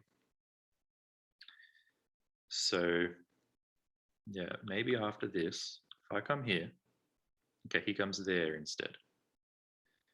So here I can attack the queen. The queen can't take. Could come back. Basically, there are options. I can also play, I can't play this. Well, actually, I can play this now if I wanted to. But I'm going to just continue playing rather quickly, putting him under pressure. My threat here is to play my queen to g3. That's a big, big threat.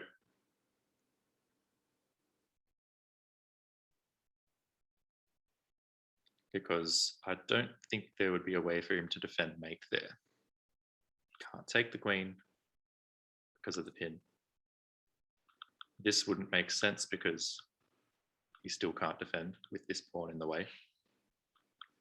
He can't play this because my bishop does a good job. And again, I'm putting him under pressure, seeing if he will make a mistake. Okay, another possible move here is actually bringing the rook back to d6, attacking the queen. If he takes my rook, I take his queen. And if he takes the rook this way, well, I take the queen. When he takes back, I'll just come after this pawn in a variety of different ways. So how does he actually defend against this threat? Well, he doesn't, is the answer. So now if I come here, I don't know if he can defend that. So let's ask him if he can. I guess he can play a move like this. Then there's, I can take, and we've got at least a draw on my hands here after a perpetual. And possibly better than a draw, right? Because if takes, take, that's actually mate, thanks to my bishop. So, got the mate there in the end. But that was a very precarious game. All right, that was not easy. That was not easy. That was really not easy. Let's just see what's happening with the rest of the tournament. There's only one other game currently in progress. It's actually just finished as well. So that means we're back to the tournament. Coming fourth, that was round 3 of 5. Maybe I will play one more game. Maybe I'll play one more game because it's going to be starting now. Would that be okay with the audience?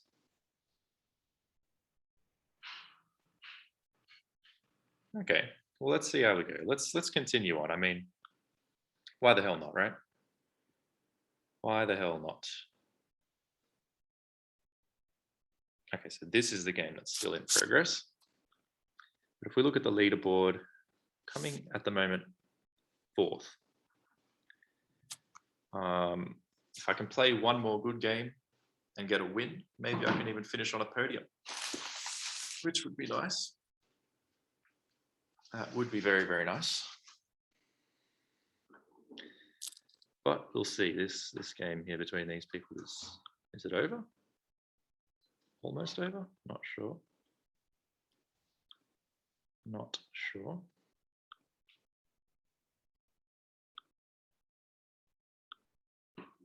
I'm just waiting for the next round to start at this point. All right, that game just finished. So let's continue on the tournament. We're playing now against Blue Pink Emerald, who's doing very nicely. Got a very similar rating. I'm going to play as black. They're playing as white. And I'm really going to try and play well this time. I don't feel like I've played so well so far. I really don't. The Reti opening. I'll take. Why the hell not? Probably something that he plays often and some sort of a gambit line that he likes to play. And that's all right. I'll let him play it. I'm just going to develop in a normal way. And here, do I take? That's the ultimate question. The answer is probably not. Probably I don't want to take. I could play something like h6. After he takes, I take, he takes, I take, he takes. Life's probably okay. I could also just play e5. e5 probably makes a lot of sense here as well, preventing him from playing d4. If he takes like this, well, then h6 should be pretty good for me.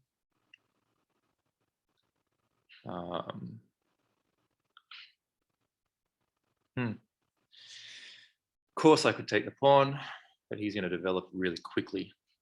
Then I can play e5, but with his bishop and knight there, I don't know. I just don't really know.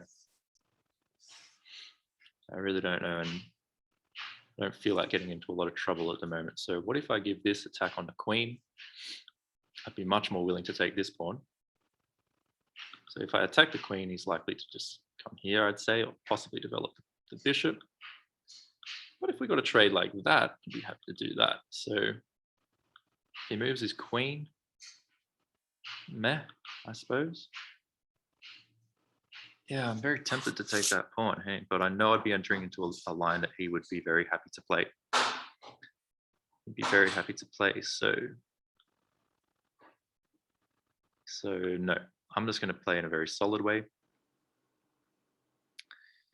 Just going to play in a solid way, continue my development. I don't need 2 pawns. I don't even need 1 pawn. Let's just develop nicely and get into a good position. You know what I mean?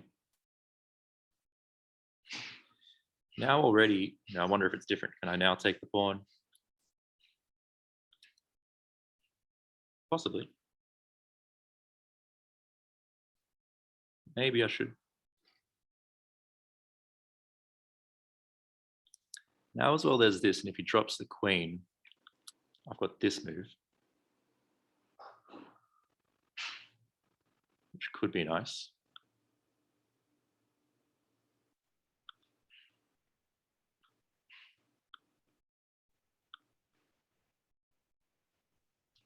Pretty unclear. Pretty unclear.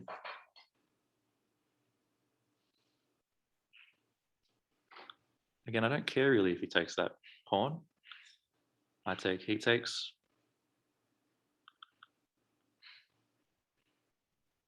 This move is possible, of course, just to get myself castled quickly.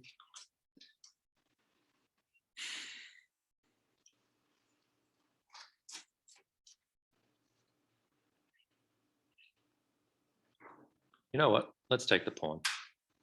Let's take the pawn. Let's see what he's going to do. Let's make him prove it. Probably he can prove it, but let's make him prove it. I'm close enough now to castling and not too afraid of playing moves like h6 to get this knight kicked away.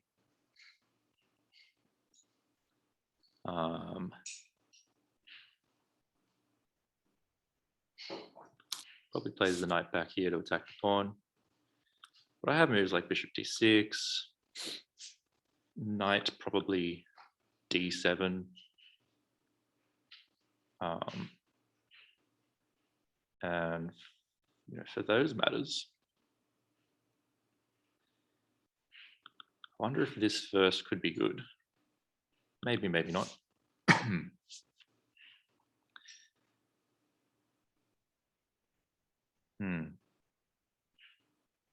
All right, again, let's ask him to prove it. Is there a sacrifice here that I haven't anticipated? Quite possibly. Okay, there's that check. Okay. If I play like this, he's going to take, and then he's going to come in here like that. And if this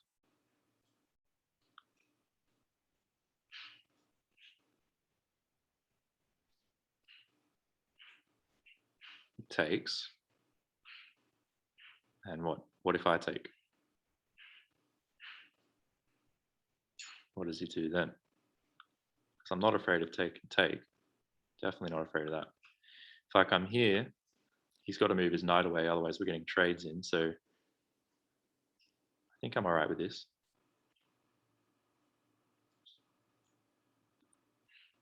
What am I missing? Prove it to me. Prove it to me. Nothing. Rightio. So I can go for a queen trade here if I want. I can go for further trades as well.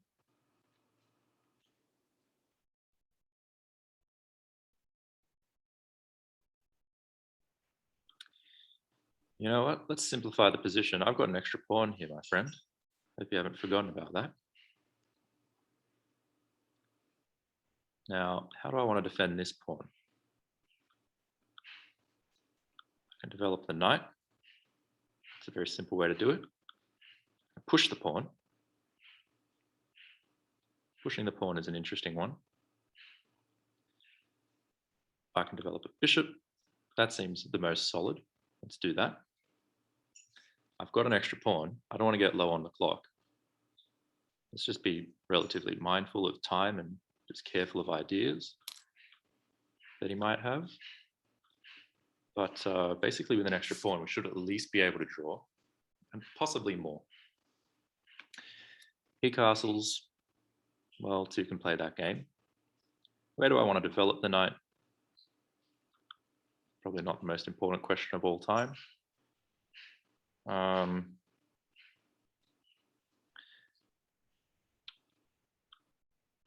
think we're going to castle, but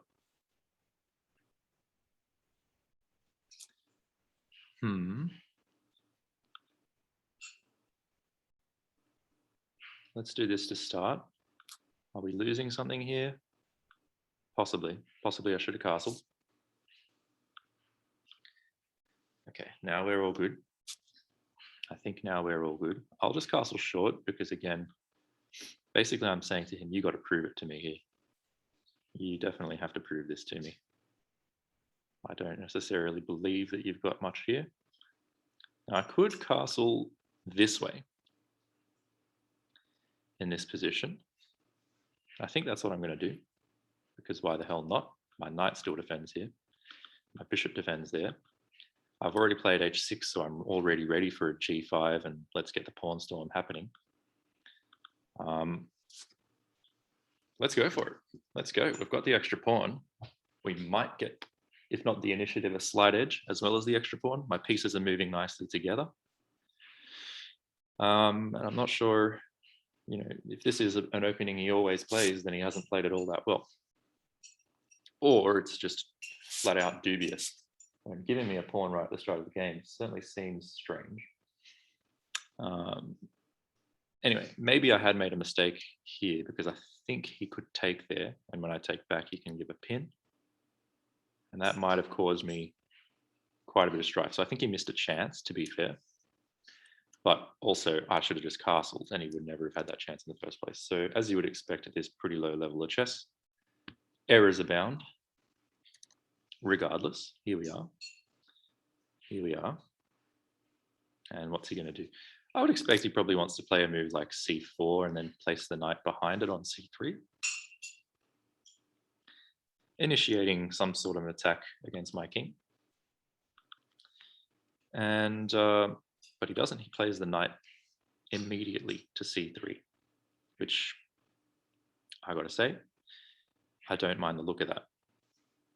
Now, he's not threatening to come here because my knight covers the square.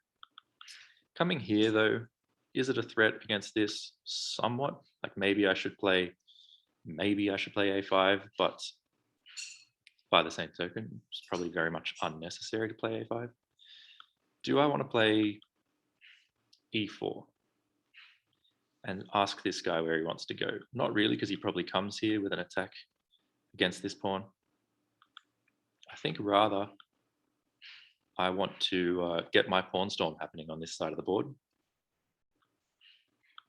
And, if I have to give this bishop up, it's not the end of the world. I don't think.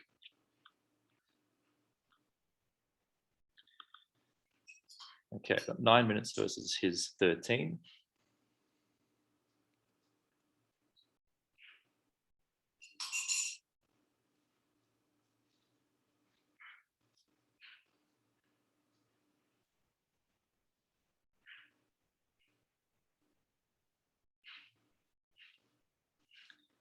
And what shall he do? This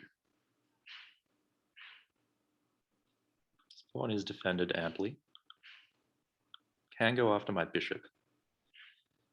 If he does, I have moves like this, although that gives away this pawn over here. So if he does go after my bishop, I might have to play moves like king b8, giving him the bishop, taking back with a rook, and looking to double on the d file. That seems like it would be fine.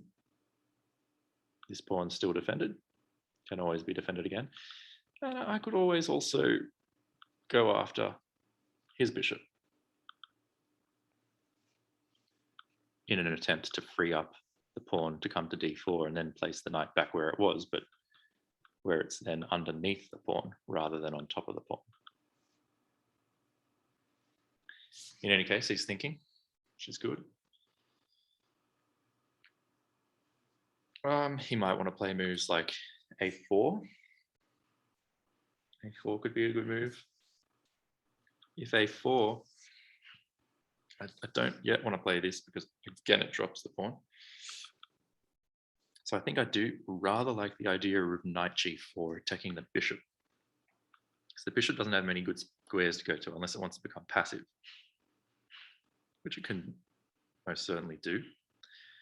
And it takes a square away from the knight. So if I then attack the knight has to also become very passive, at which point I can take this with check and then return, and that would be a good position for me. I'm pretty certain about that. So this kind of thing, I think I'd be happy to see. Yes, he can take there, so he can take that pawn. So maybe we're not 100% ready to go that way, but if this, then this, threatening this. Anyway, we'll see. He's thinking, which is a good thing.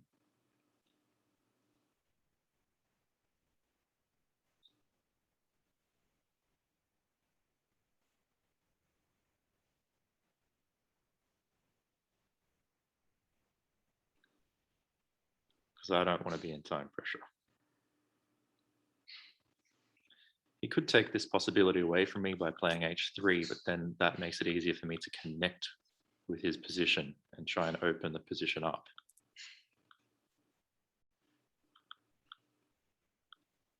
So I don't think he wants to play h3 because I would play g4.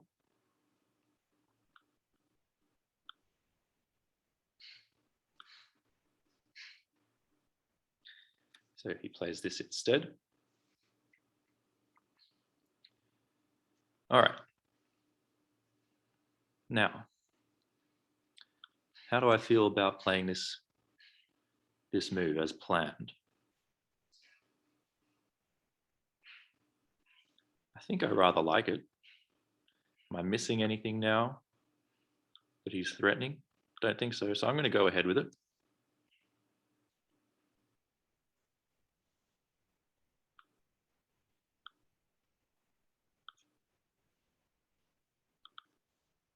And put him back on the clock. He plays this move. Then I think I'm going to play this.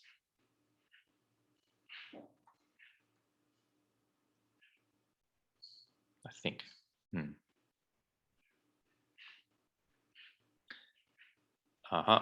So now he plays h3. That's interesting. Giving me the opportunity to take the bishop. Which I probably will do. Take the bishop, he takes back, and immediately I attack that pawn. Let's do it. Again, considering time, I don't want to win on time. I'm behind on time, but I don't want to lose because of time. So let's just make some rational decisions. Offering trades of rooks, keeping in mind I'm up a pawn. I'm also attacking a pawn. So, okay, that's a very interesting way to defend because this pawn is pinned. So moves like this come to mind. Do I go for a rook trade first? Does that make my life easier? It may. There's also this move which attacks two pawns at the same time.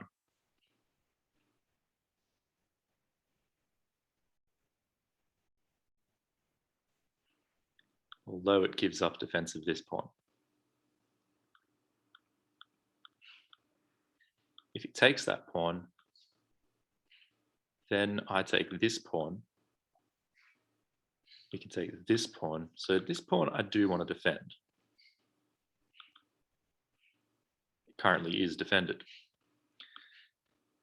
So maybe that's one reason to not quite play this move. But this pawn is pinned, so I can place a piece here if I wanted to.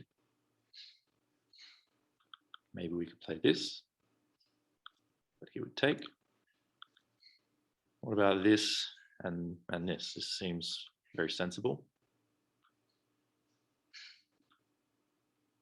Are we afraid of him getting his knight in there?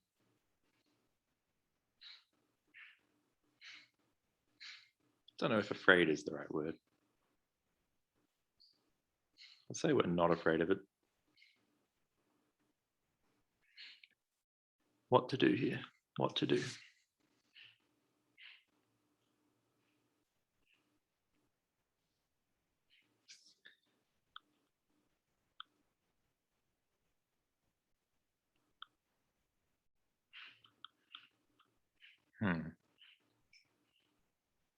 Is there any tactics here?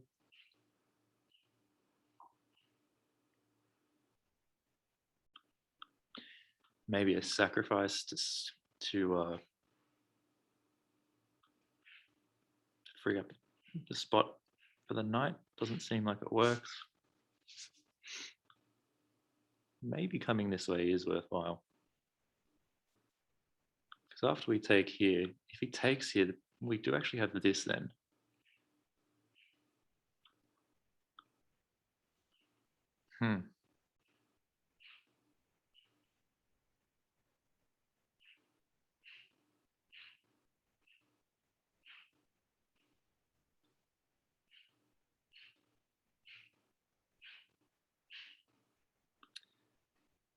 Let's do it. Let's do it.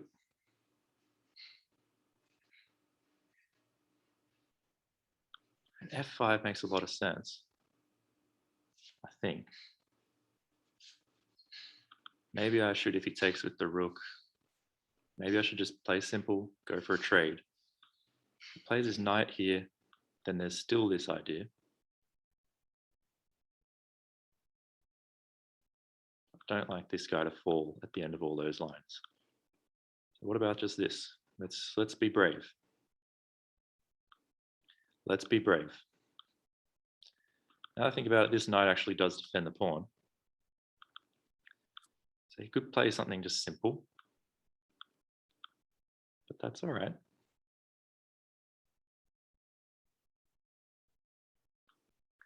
And this is all right too, because then we bring the rook to the e file and we're putting a lot of pressure on that e pawn. So he takes there. So now my plan was to take here.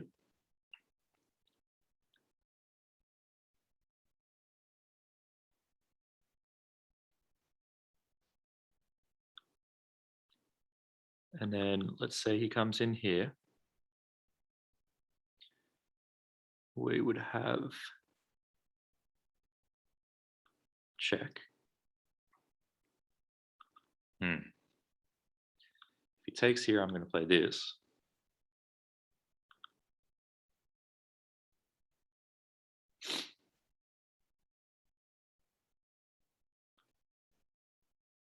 Take.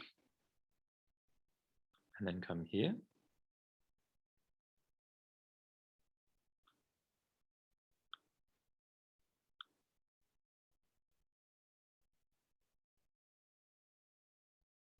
Maybe that's a working tactic. Take the pawn, he takes, and we come here, attacking the knight.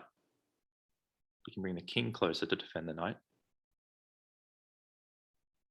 If he does, then there's this pawn. And besides, there's this as well. Kind of think that works. Hope I'm not making a big mistake. There's also this.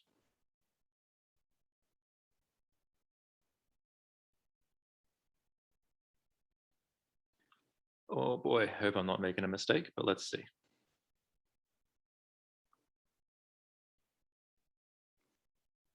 Take that pawn.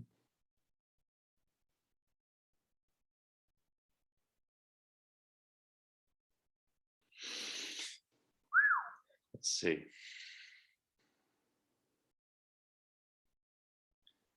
Could bail out by taking there, but no, I'm going to come for this. Trying to take this knight. Okay. There's this, potentially. Check.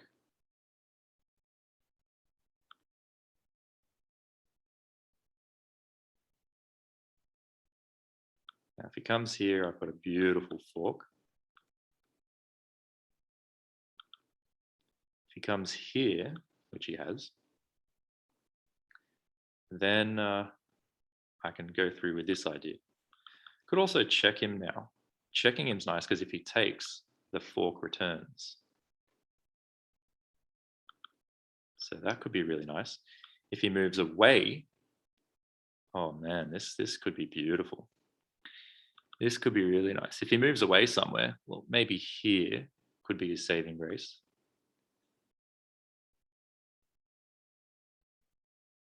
There's also just the simple f6. But yeah, let's go with this. I think this is very pretty. f5, check. Can't take. Play this. Now I've got this move, check. Then he takes here, so I don't want to allow that. I've got this check, however, if I want. Or I can just take the knight, and after he takes there, then I come back. I think he's winning there, isn't he? So he's up a pawn now, apparently.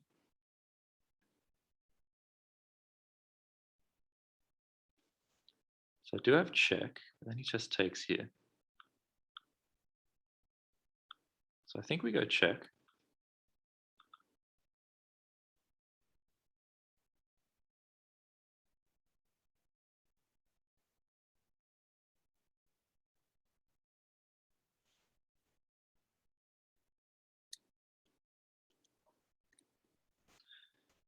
Okay, so he comes back here.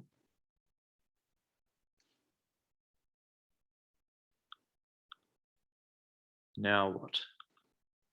Ah, now I can take this pawn. And if he takes this, then I've got that check. So I'm going to take this. If he takes, then I've got check, and then take the rook behind it.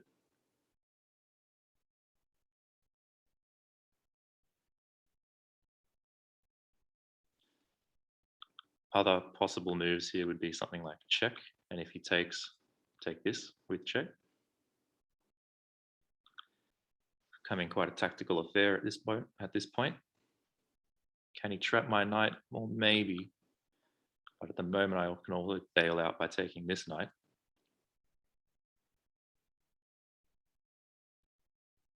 Which seems like a decent idea. I can come here if I want.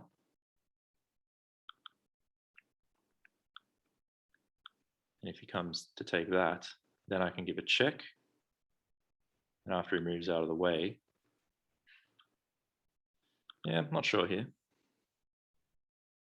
Not too sure about this. There's this move.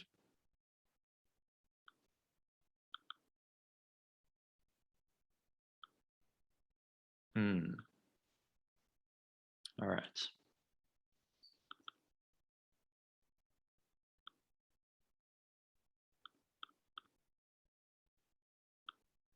So we'll take the knight.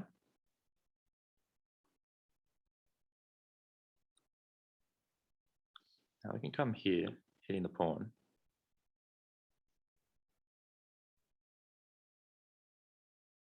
But then there's going to be mate. That's dangerous. Can't really allow mate. So check. Probably problematic.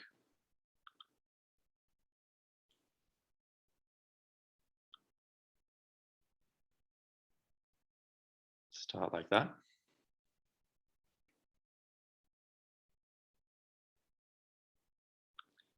Okay, so taking this pawn.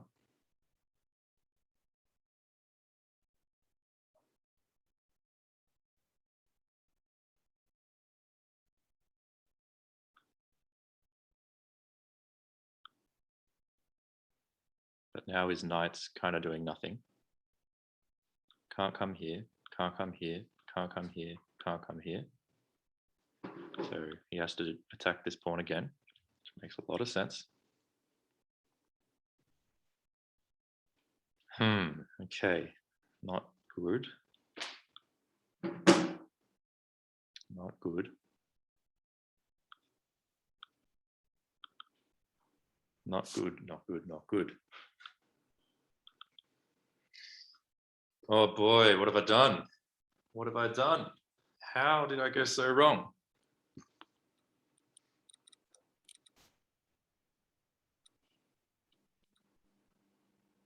It was possibly a questionable little tactic, but clearly it was a tricky position.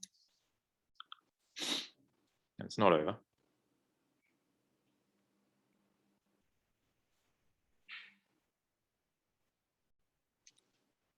Takes that.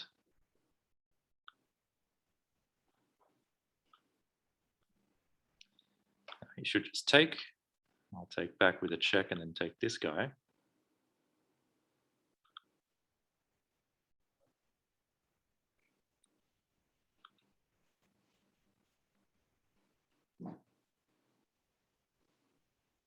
Keep an eye out for tactics.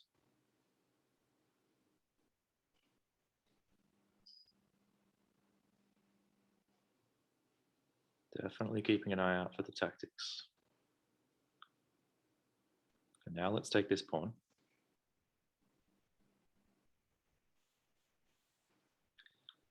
Check, I have to play this. There's no follow-up check with the knight, but he can check me again with the rook.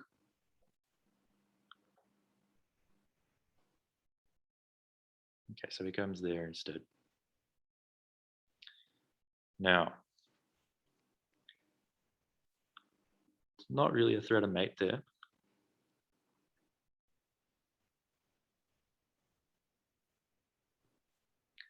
Maybe he should have taken the pawn there, but he didn't. And that gives me an opportunity to defend that pawn or provide a counterattack against this pawn. So you can take that pawn, but I'm going to take this one. Seems like it could make a lot of sense.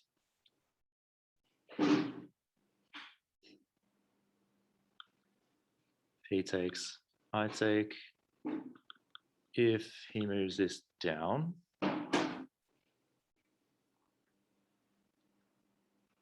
then no, let's do that. Rooks belong on the second rank. Why not? Okay, so he's trying to angle for a checkmate here. Now I can give, as long as I don't get myself mated, we should be okay though. So let's do this, give my king a square. Still attacking his pawn. Very, very, very tricky because this pawn's going to come under a lot of heavy fire. So let's check him. Didn't really think much about that, but let's do it.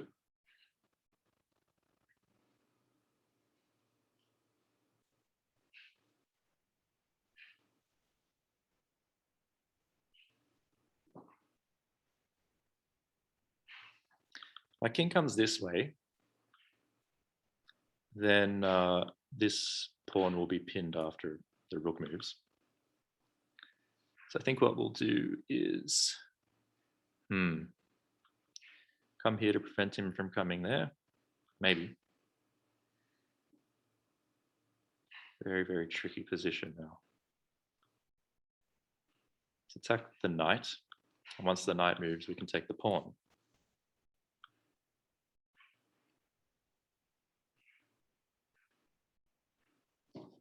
Okay, we've got time. If I come here, he's got check. Saving knight and saving the pawn. Not the case if I come here.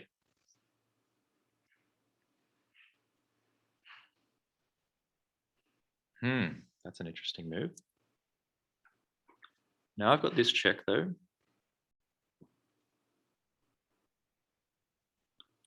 I'll give it. This knight is pinned. Oh boy. But at the same time, if he gives a check, then he wins my rook. It's a very interesting position, really. Very, very interesting. Can give this check here.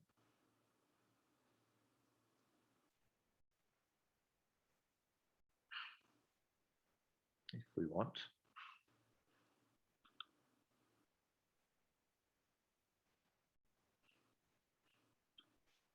Give this check.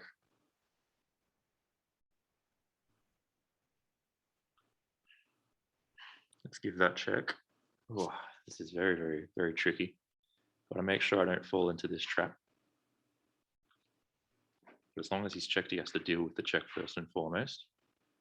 I can move my king out the way.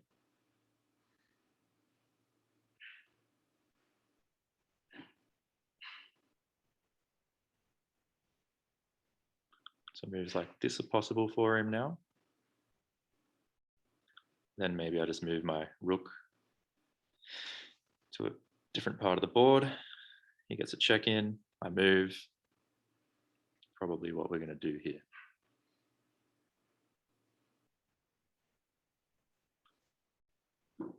Keeping an eye on the pawn now from a distance.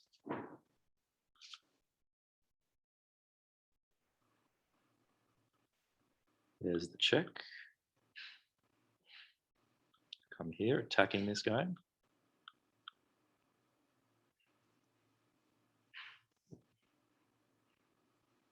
Very interesting position. Very interesting position indeed. Okay, so he moves out the way.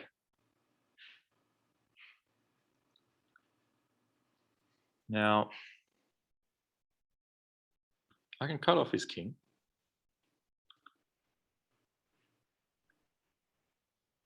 Would probably make some sense. I can attack his knight.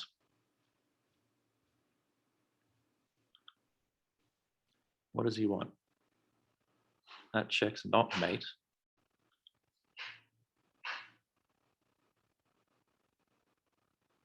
Let's give him another check.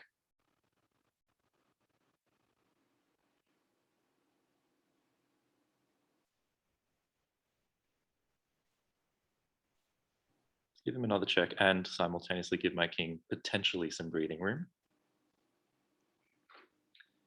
All right. Now there is another check here for what it's worth.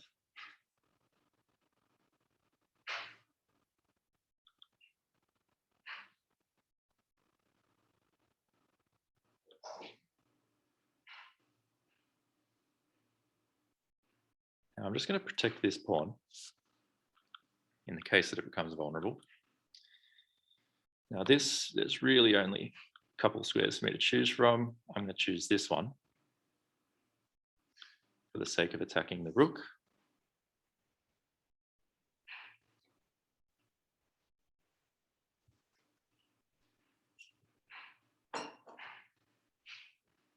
Now he's attacking this again. I can attack him again.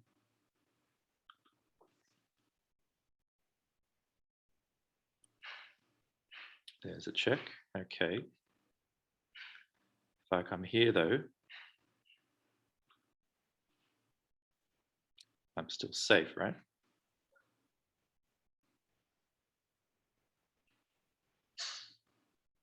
Now you can't move the knight because I'm going to take your rook if you do.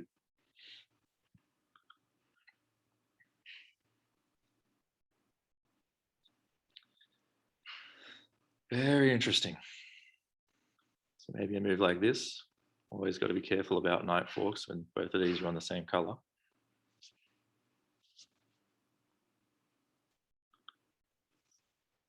They're currently on different colors. Maybe I should try and keep it that way. All right. So there is a check here, but he comes here. Maybe this.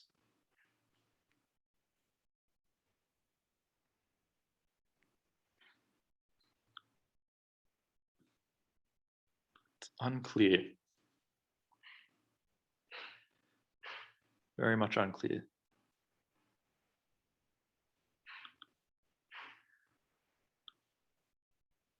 Let's attack the knight.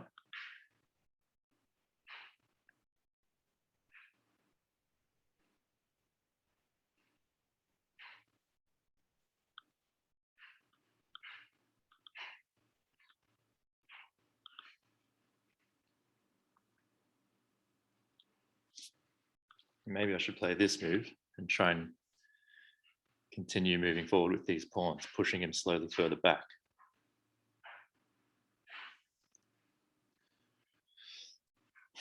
Possibly. Maybe I want my rook to actually be back here, helping to push all these pawns. All right, so with this move, he's adding pressure here.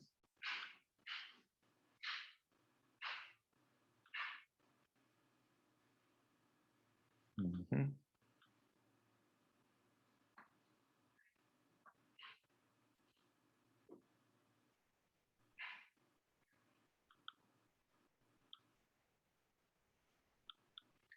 I play this, check.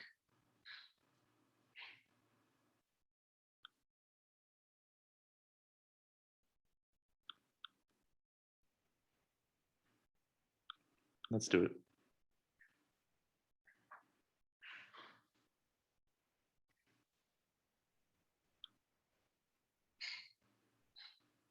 I think I can just do that.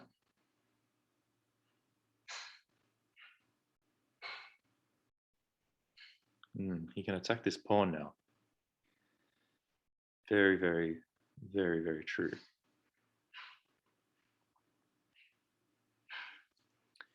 It's not what we wanted.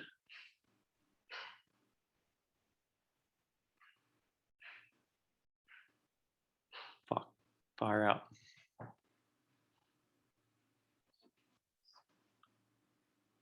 All right, well, I've got to give it to him, I think.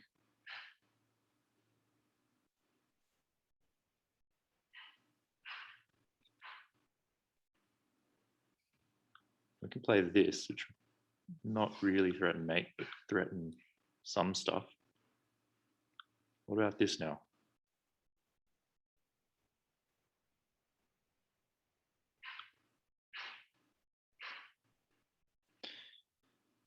He's going to play this.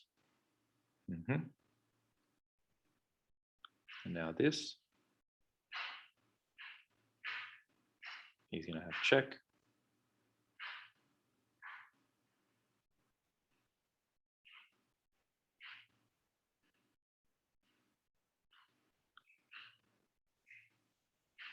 If I go there, he would have other checks. If I come here,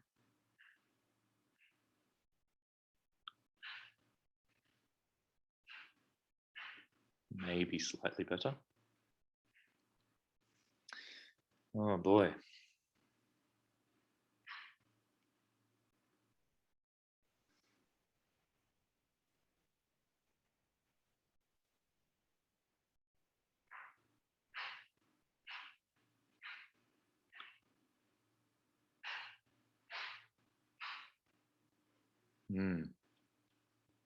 Very tough.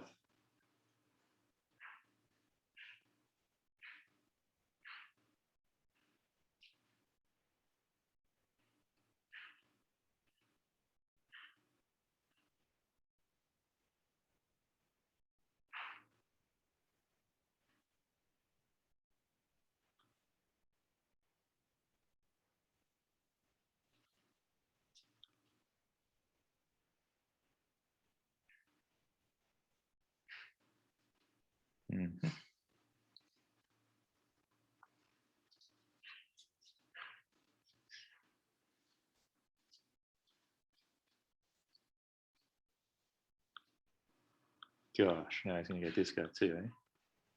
Oh, wait up. Wait up. Check. But, ooh, very interesting. We could take and then take. It's possible. We can also take, he takes there.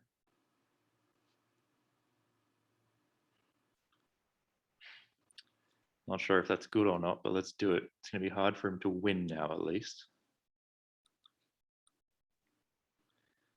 Maybe I can get a draw.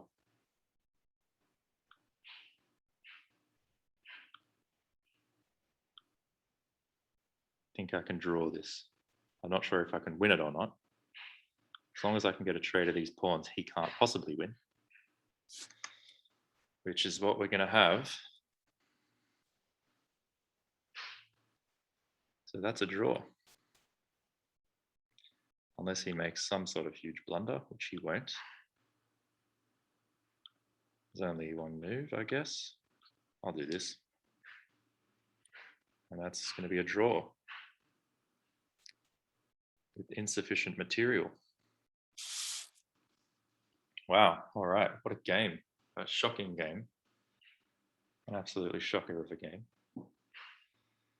But a good game. So it's half a point each there. There's still a few more games in progress. That one's about to end. This one's also somewhat about to end. They're all sort of about to end. But regardless, where are we at now in the tournament?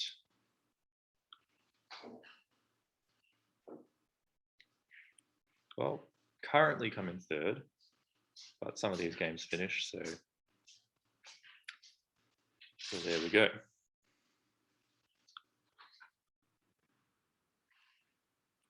All right. This is going to be the end of this game, which means it's going to be the start of the next round. Surely that's what they're going to play, which makes it checkmate for that. That means a new game is about to start. This is the last round of the tournament. Last round of the tournament. So I've got the white pieces here against Doofus 2004, who was just playing in that game that we saw. So he's not going to get much of a break. He's going to be up against me. I'm going to try and really, really do well now. Again, I've got that beautiful, beautiful view out there of the Croatian coastline to inspire me. And we're again going to have this Caro-Kann. Let's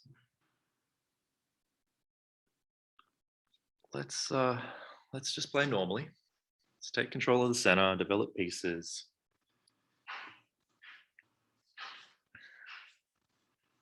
Now there are different ways to play this. Last time I played this move, and after takes, developing the knight, takes, that's all well and good. There is also the possibility of advancing the pawn.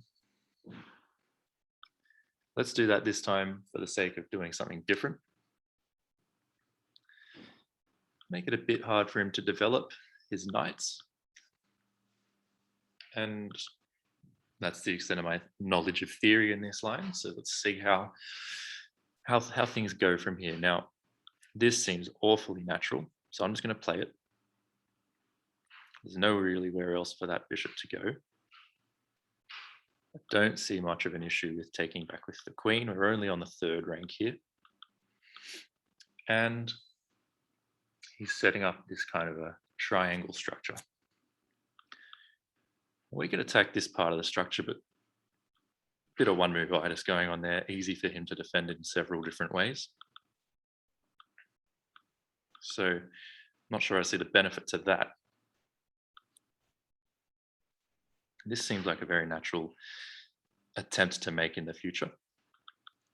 So possibly f4, then knight f3, castles. That kind of a play here might apply. So if f4,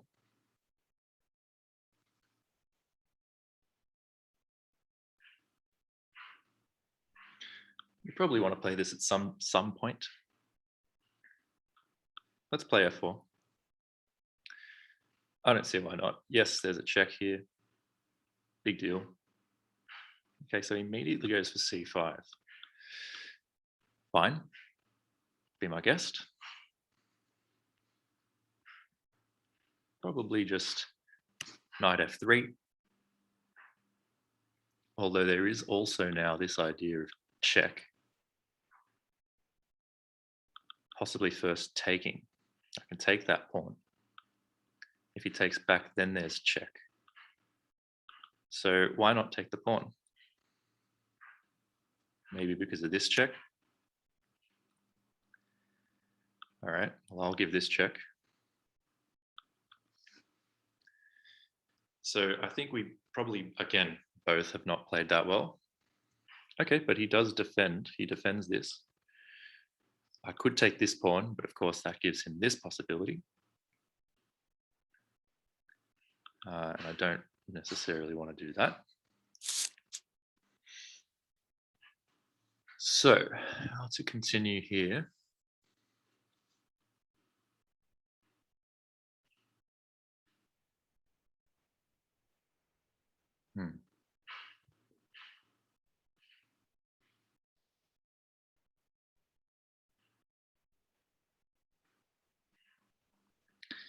Not really all that sure. There is this move to attack his bishop. His bishop can take the knight there at a moment's notice. We should calculate this.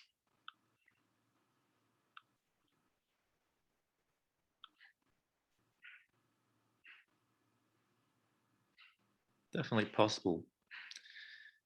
As far as piece activity is concerned, it gives him a lot of it. The moment we're pinning this knight, it's not likely to last very long as a pin.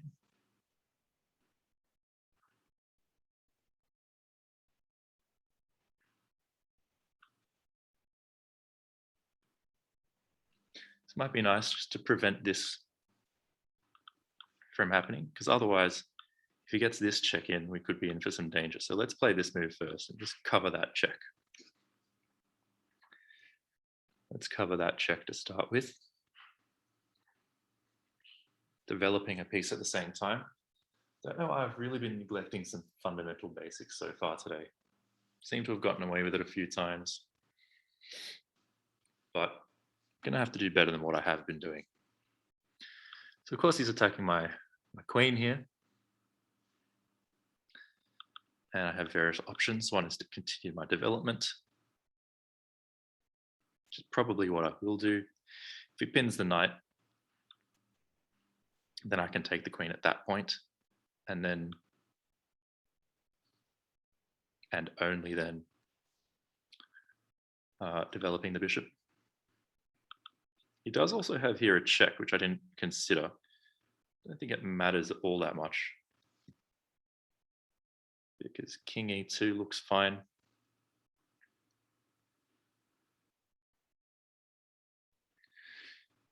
And the queens coming off the board would be imminent in that situation, wouldn't it? Wait a minute. Check. If I come here, I thought for a moment he could have a check, but my bishop covers. So now he's attacking the queen, really heavily asking for a queen trade, and I don't mind. I do not mind that queen trade. At the same time, I don't have to allow it. I can come here as well, just to maintain the pin on the knight. That's certainly something that can be done. And again, this check, I've got king e2.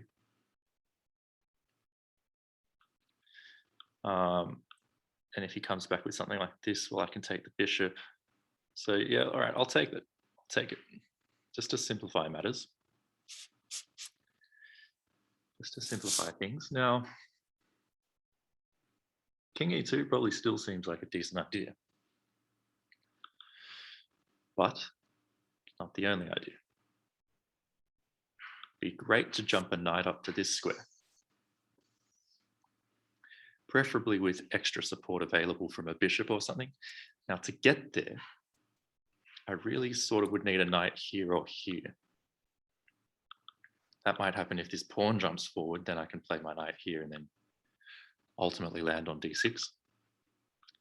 In the meantime, there is knight a4 to attack the bishop. There is not bishop e3 as of yet. There is not castle.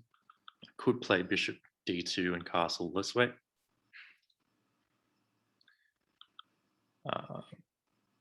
There is this move, but it doesn't really come with any threats. He'll be wanting to develop the knight somehow, probably here and here. So maybe I do want to do this so I can develop my bishop, although he's still going to get the knight there. So maybe I want to even play something like h4 and then g4, sorry, h3, g4. Maybe.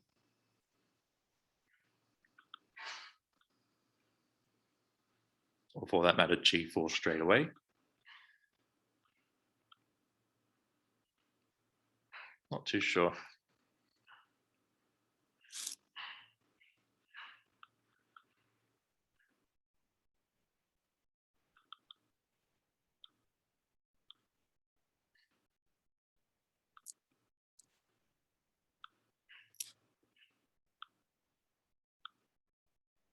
Could be an interesting idea, g4. If it develops the knight this way, then so be it. If it develops the knight this way, then I have f5. He takes there though.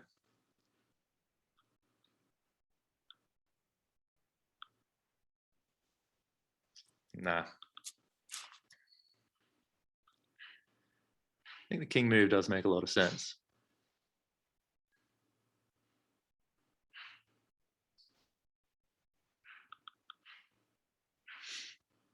King move does make sense.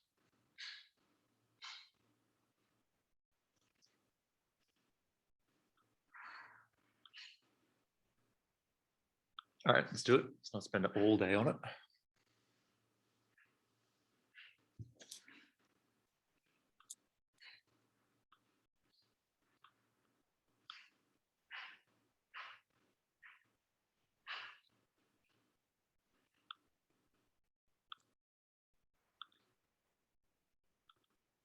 Of course, to develop his pieces, I can't prevent.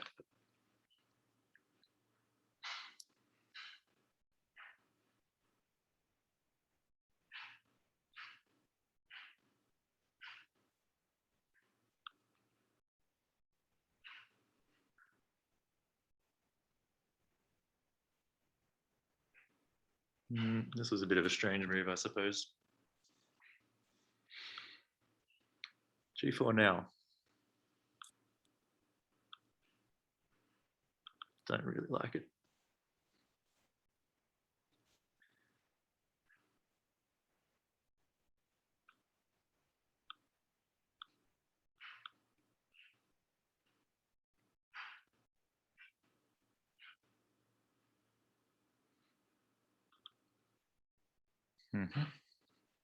Attack the bishop. Let's do it. It's nothing really. I think black's equal here at least. And we get a trade. Bishops. He gets his knight to a slightly better square with a check. I move my king back.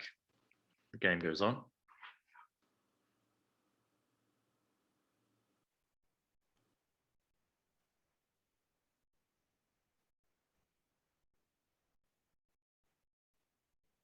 Queens are off the board.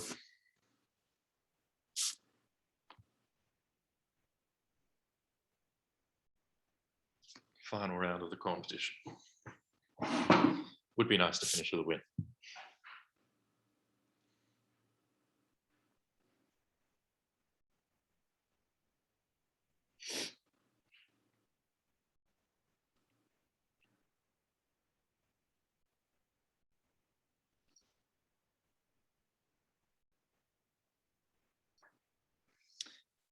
I guess the thing is, even if he takes my bishop and I recapture, and he does develop with a check, especially once I move the king back, he really doesn't have many prospects for the knight itself. Everything's covered. What he does potentially have is some support there with the knight to push this pawn. Of course, moving that pawn does allow me to play like knight e4 and angle to get my knight in, but first I would have to play g4 to kick his knight out of the way. I want to get a rook on the d file, I'm not sure which rook. Probably this one. But it does look like there's heaps and heaps happening.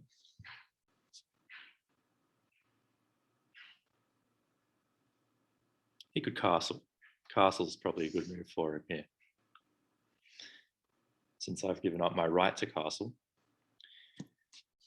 consciously in a queenless middle game, nevertheless, there is still quite a lot of pieces on the board. And it could make sense for him to just simply castle.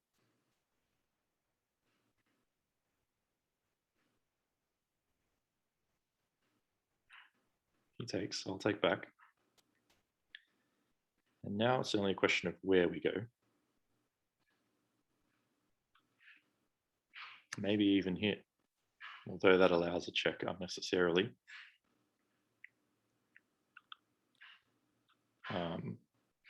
So this is probably the most natural. Safest square. Does leave this pawn really quite undefended though. So there might be a benefit to playing this instead. So that's what I'm going to do. I'm going to keep my king next to this pawn on the open file, rightly or wrongly, I suppose. Thinking that he's going to castle short and leaving open the possibility of storming him with my pawns over here. That's the idea. Knight still controls this square. G4 could kick the knight out of its place. And I guess we'll see.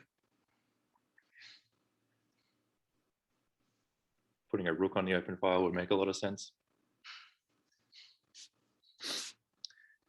Absolutely.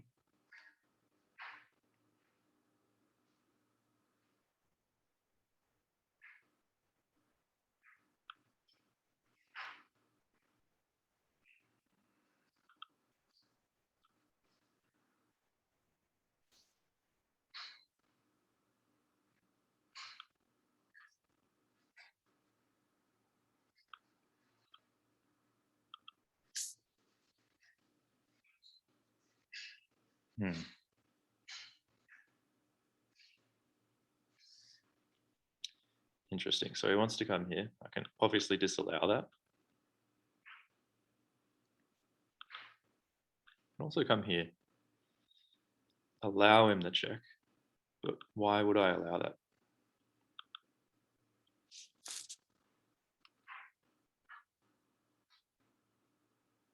Now I can just also come here. And after this, then play b3, but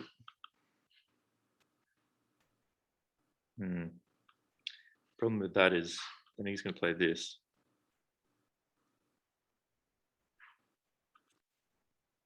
Guess it's not that much of a problem.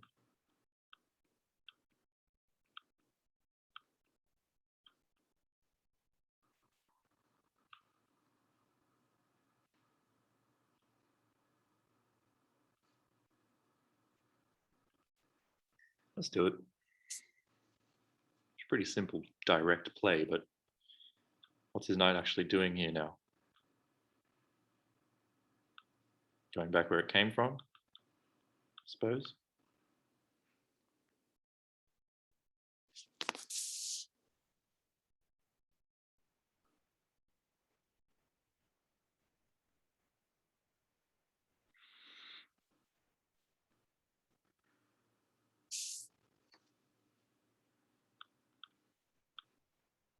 Okay.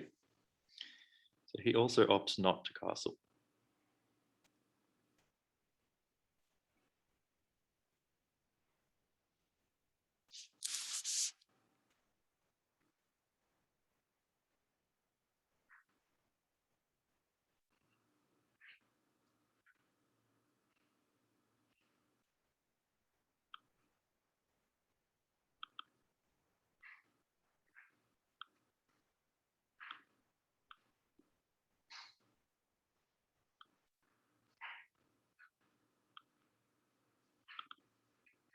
Okay.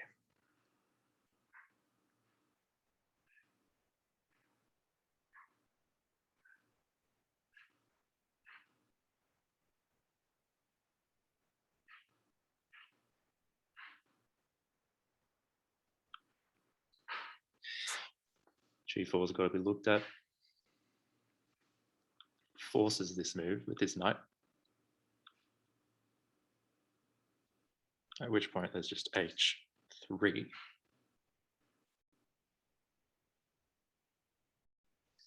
Let's do it.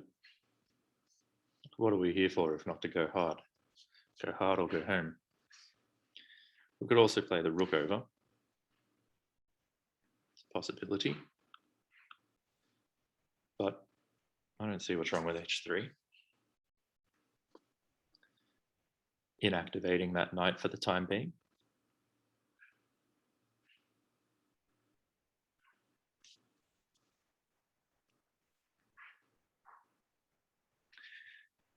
Okay. So now this is actually my square at this point.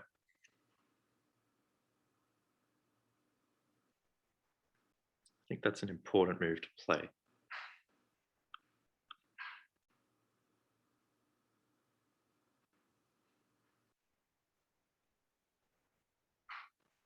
So that I prevent him from playing that himself. And now here, do you want to be careful with this knight? But it's currently defended.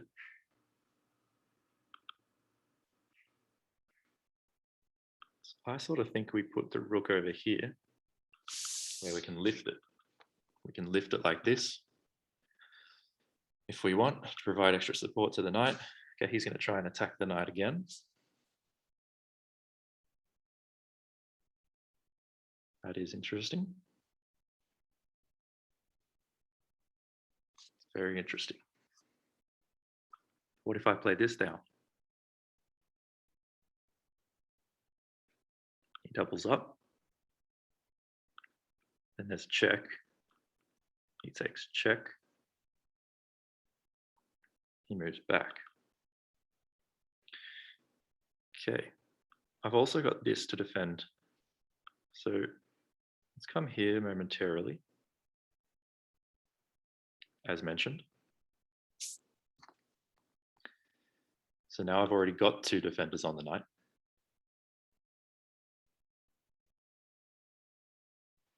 But I can always bring a third. And if for some reason I need to defend this pawn, I can do it this way. So I think my position is pretty good. Things can obviously change.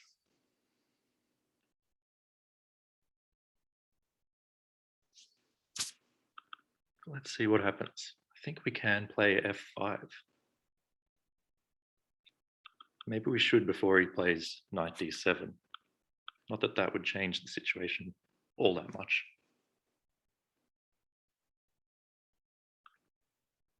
I think f5 would still be possible. Now that he's played this move, can we still play f5? Let's say he takes, I take, he takes, I take, he takes back there. So that's probably a good move that he's made. But he's weakened this square now. And I can find a way to get a knight there. I'd have to play this and put a knight here. So maybe I could play like this, this, this, this. That'd be the plan. He can still always play that though. So, okay.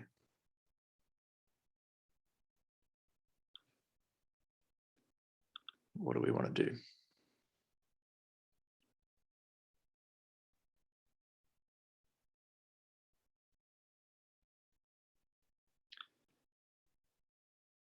Let's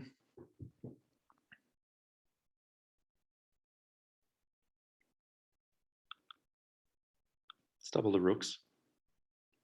It's a bit of a waiting move, to be honest.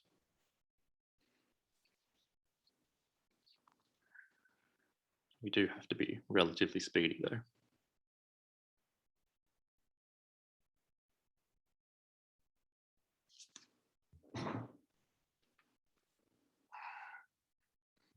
Back goes the knight. Giving up control of this square. So now this becomes another real possibility.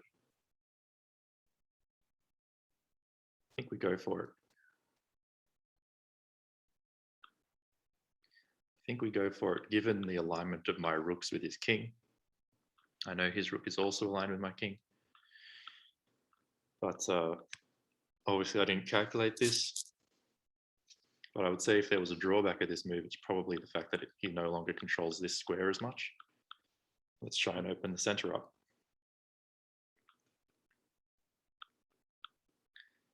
Also, I would take with check, and I can always then jump back to where I was, just with a more open center on the side of the board where his king is.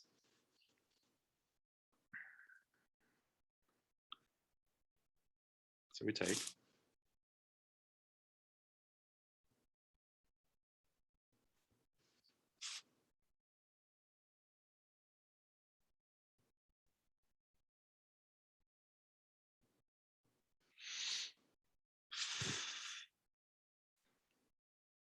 Moves out the way there.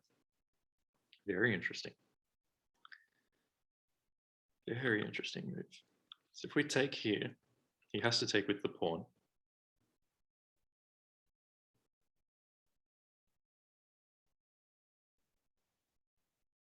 And I can come here.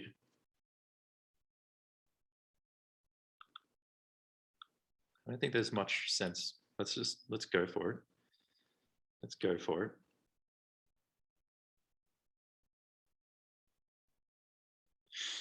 Okay.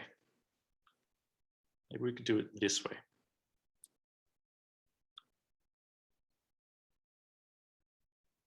Looking to come here.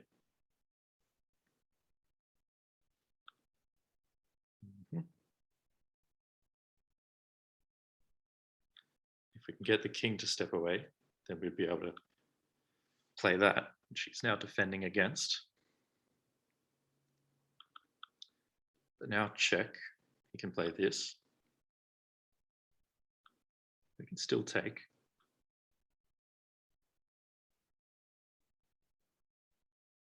Then attack the knight. Maybe we attack the knight immediately.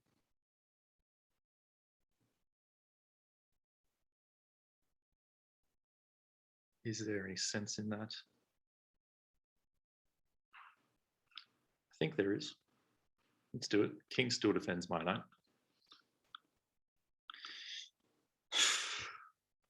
Okay, now we can pin that knight.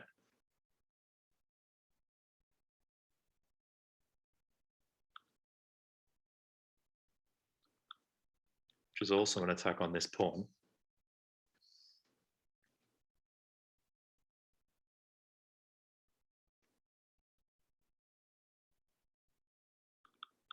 So he can't actually come here. Although if he moves his king, that will become a distinct possibility. If he does that, I can take.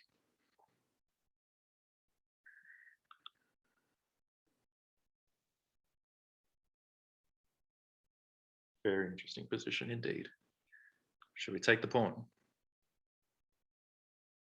Or do we come here?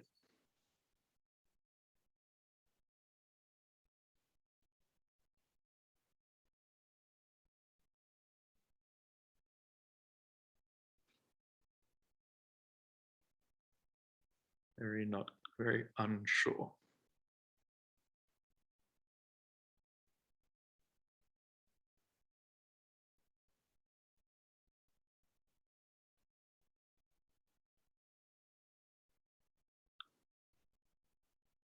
Let's come here, because I don't want to give him any open files with his rook.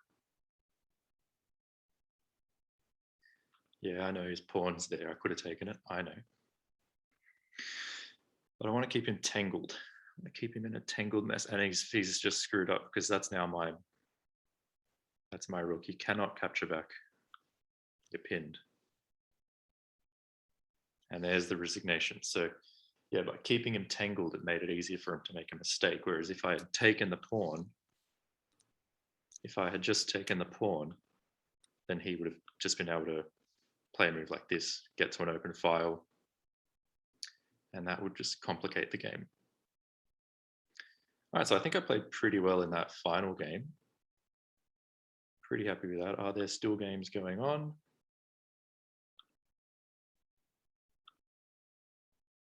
Let's see. Yep, there's still one game going on.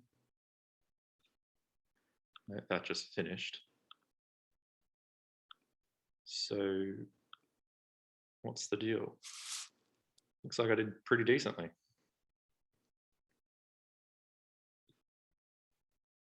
Are we finished? Are these guys still going? Looks like black won.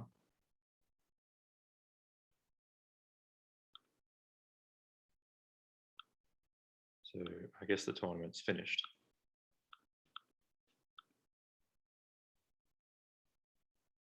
Currently second.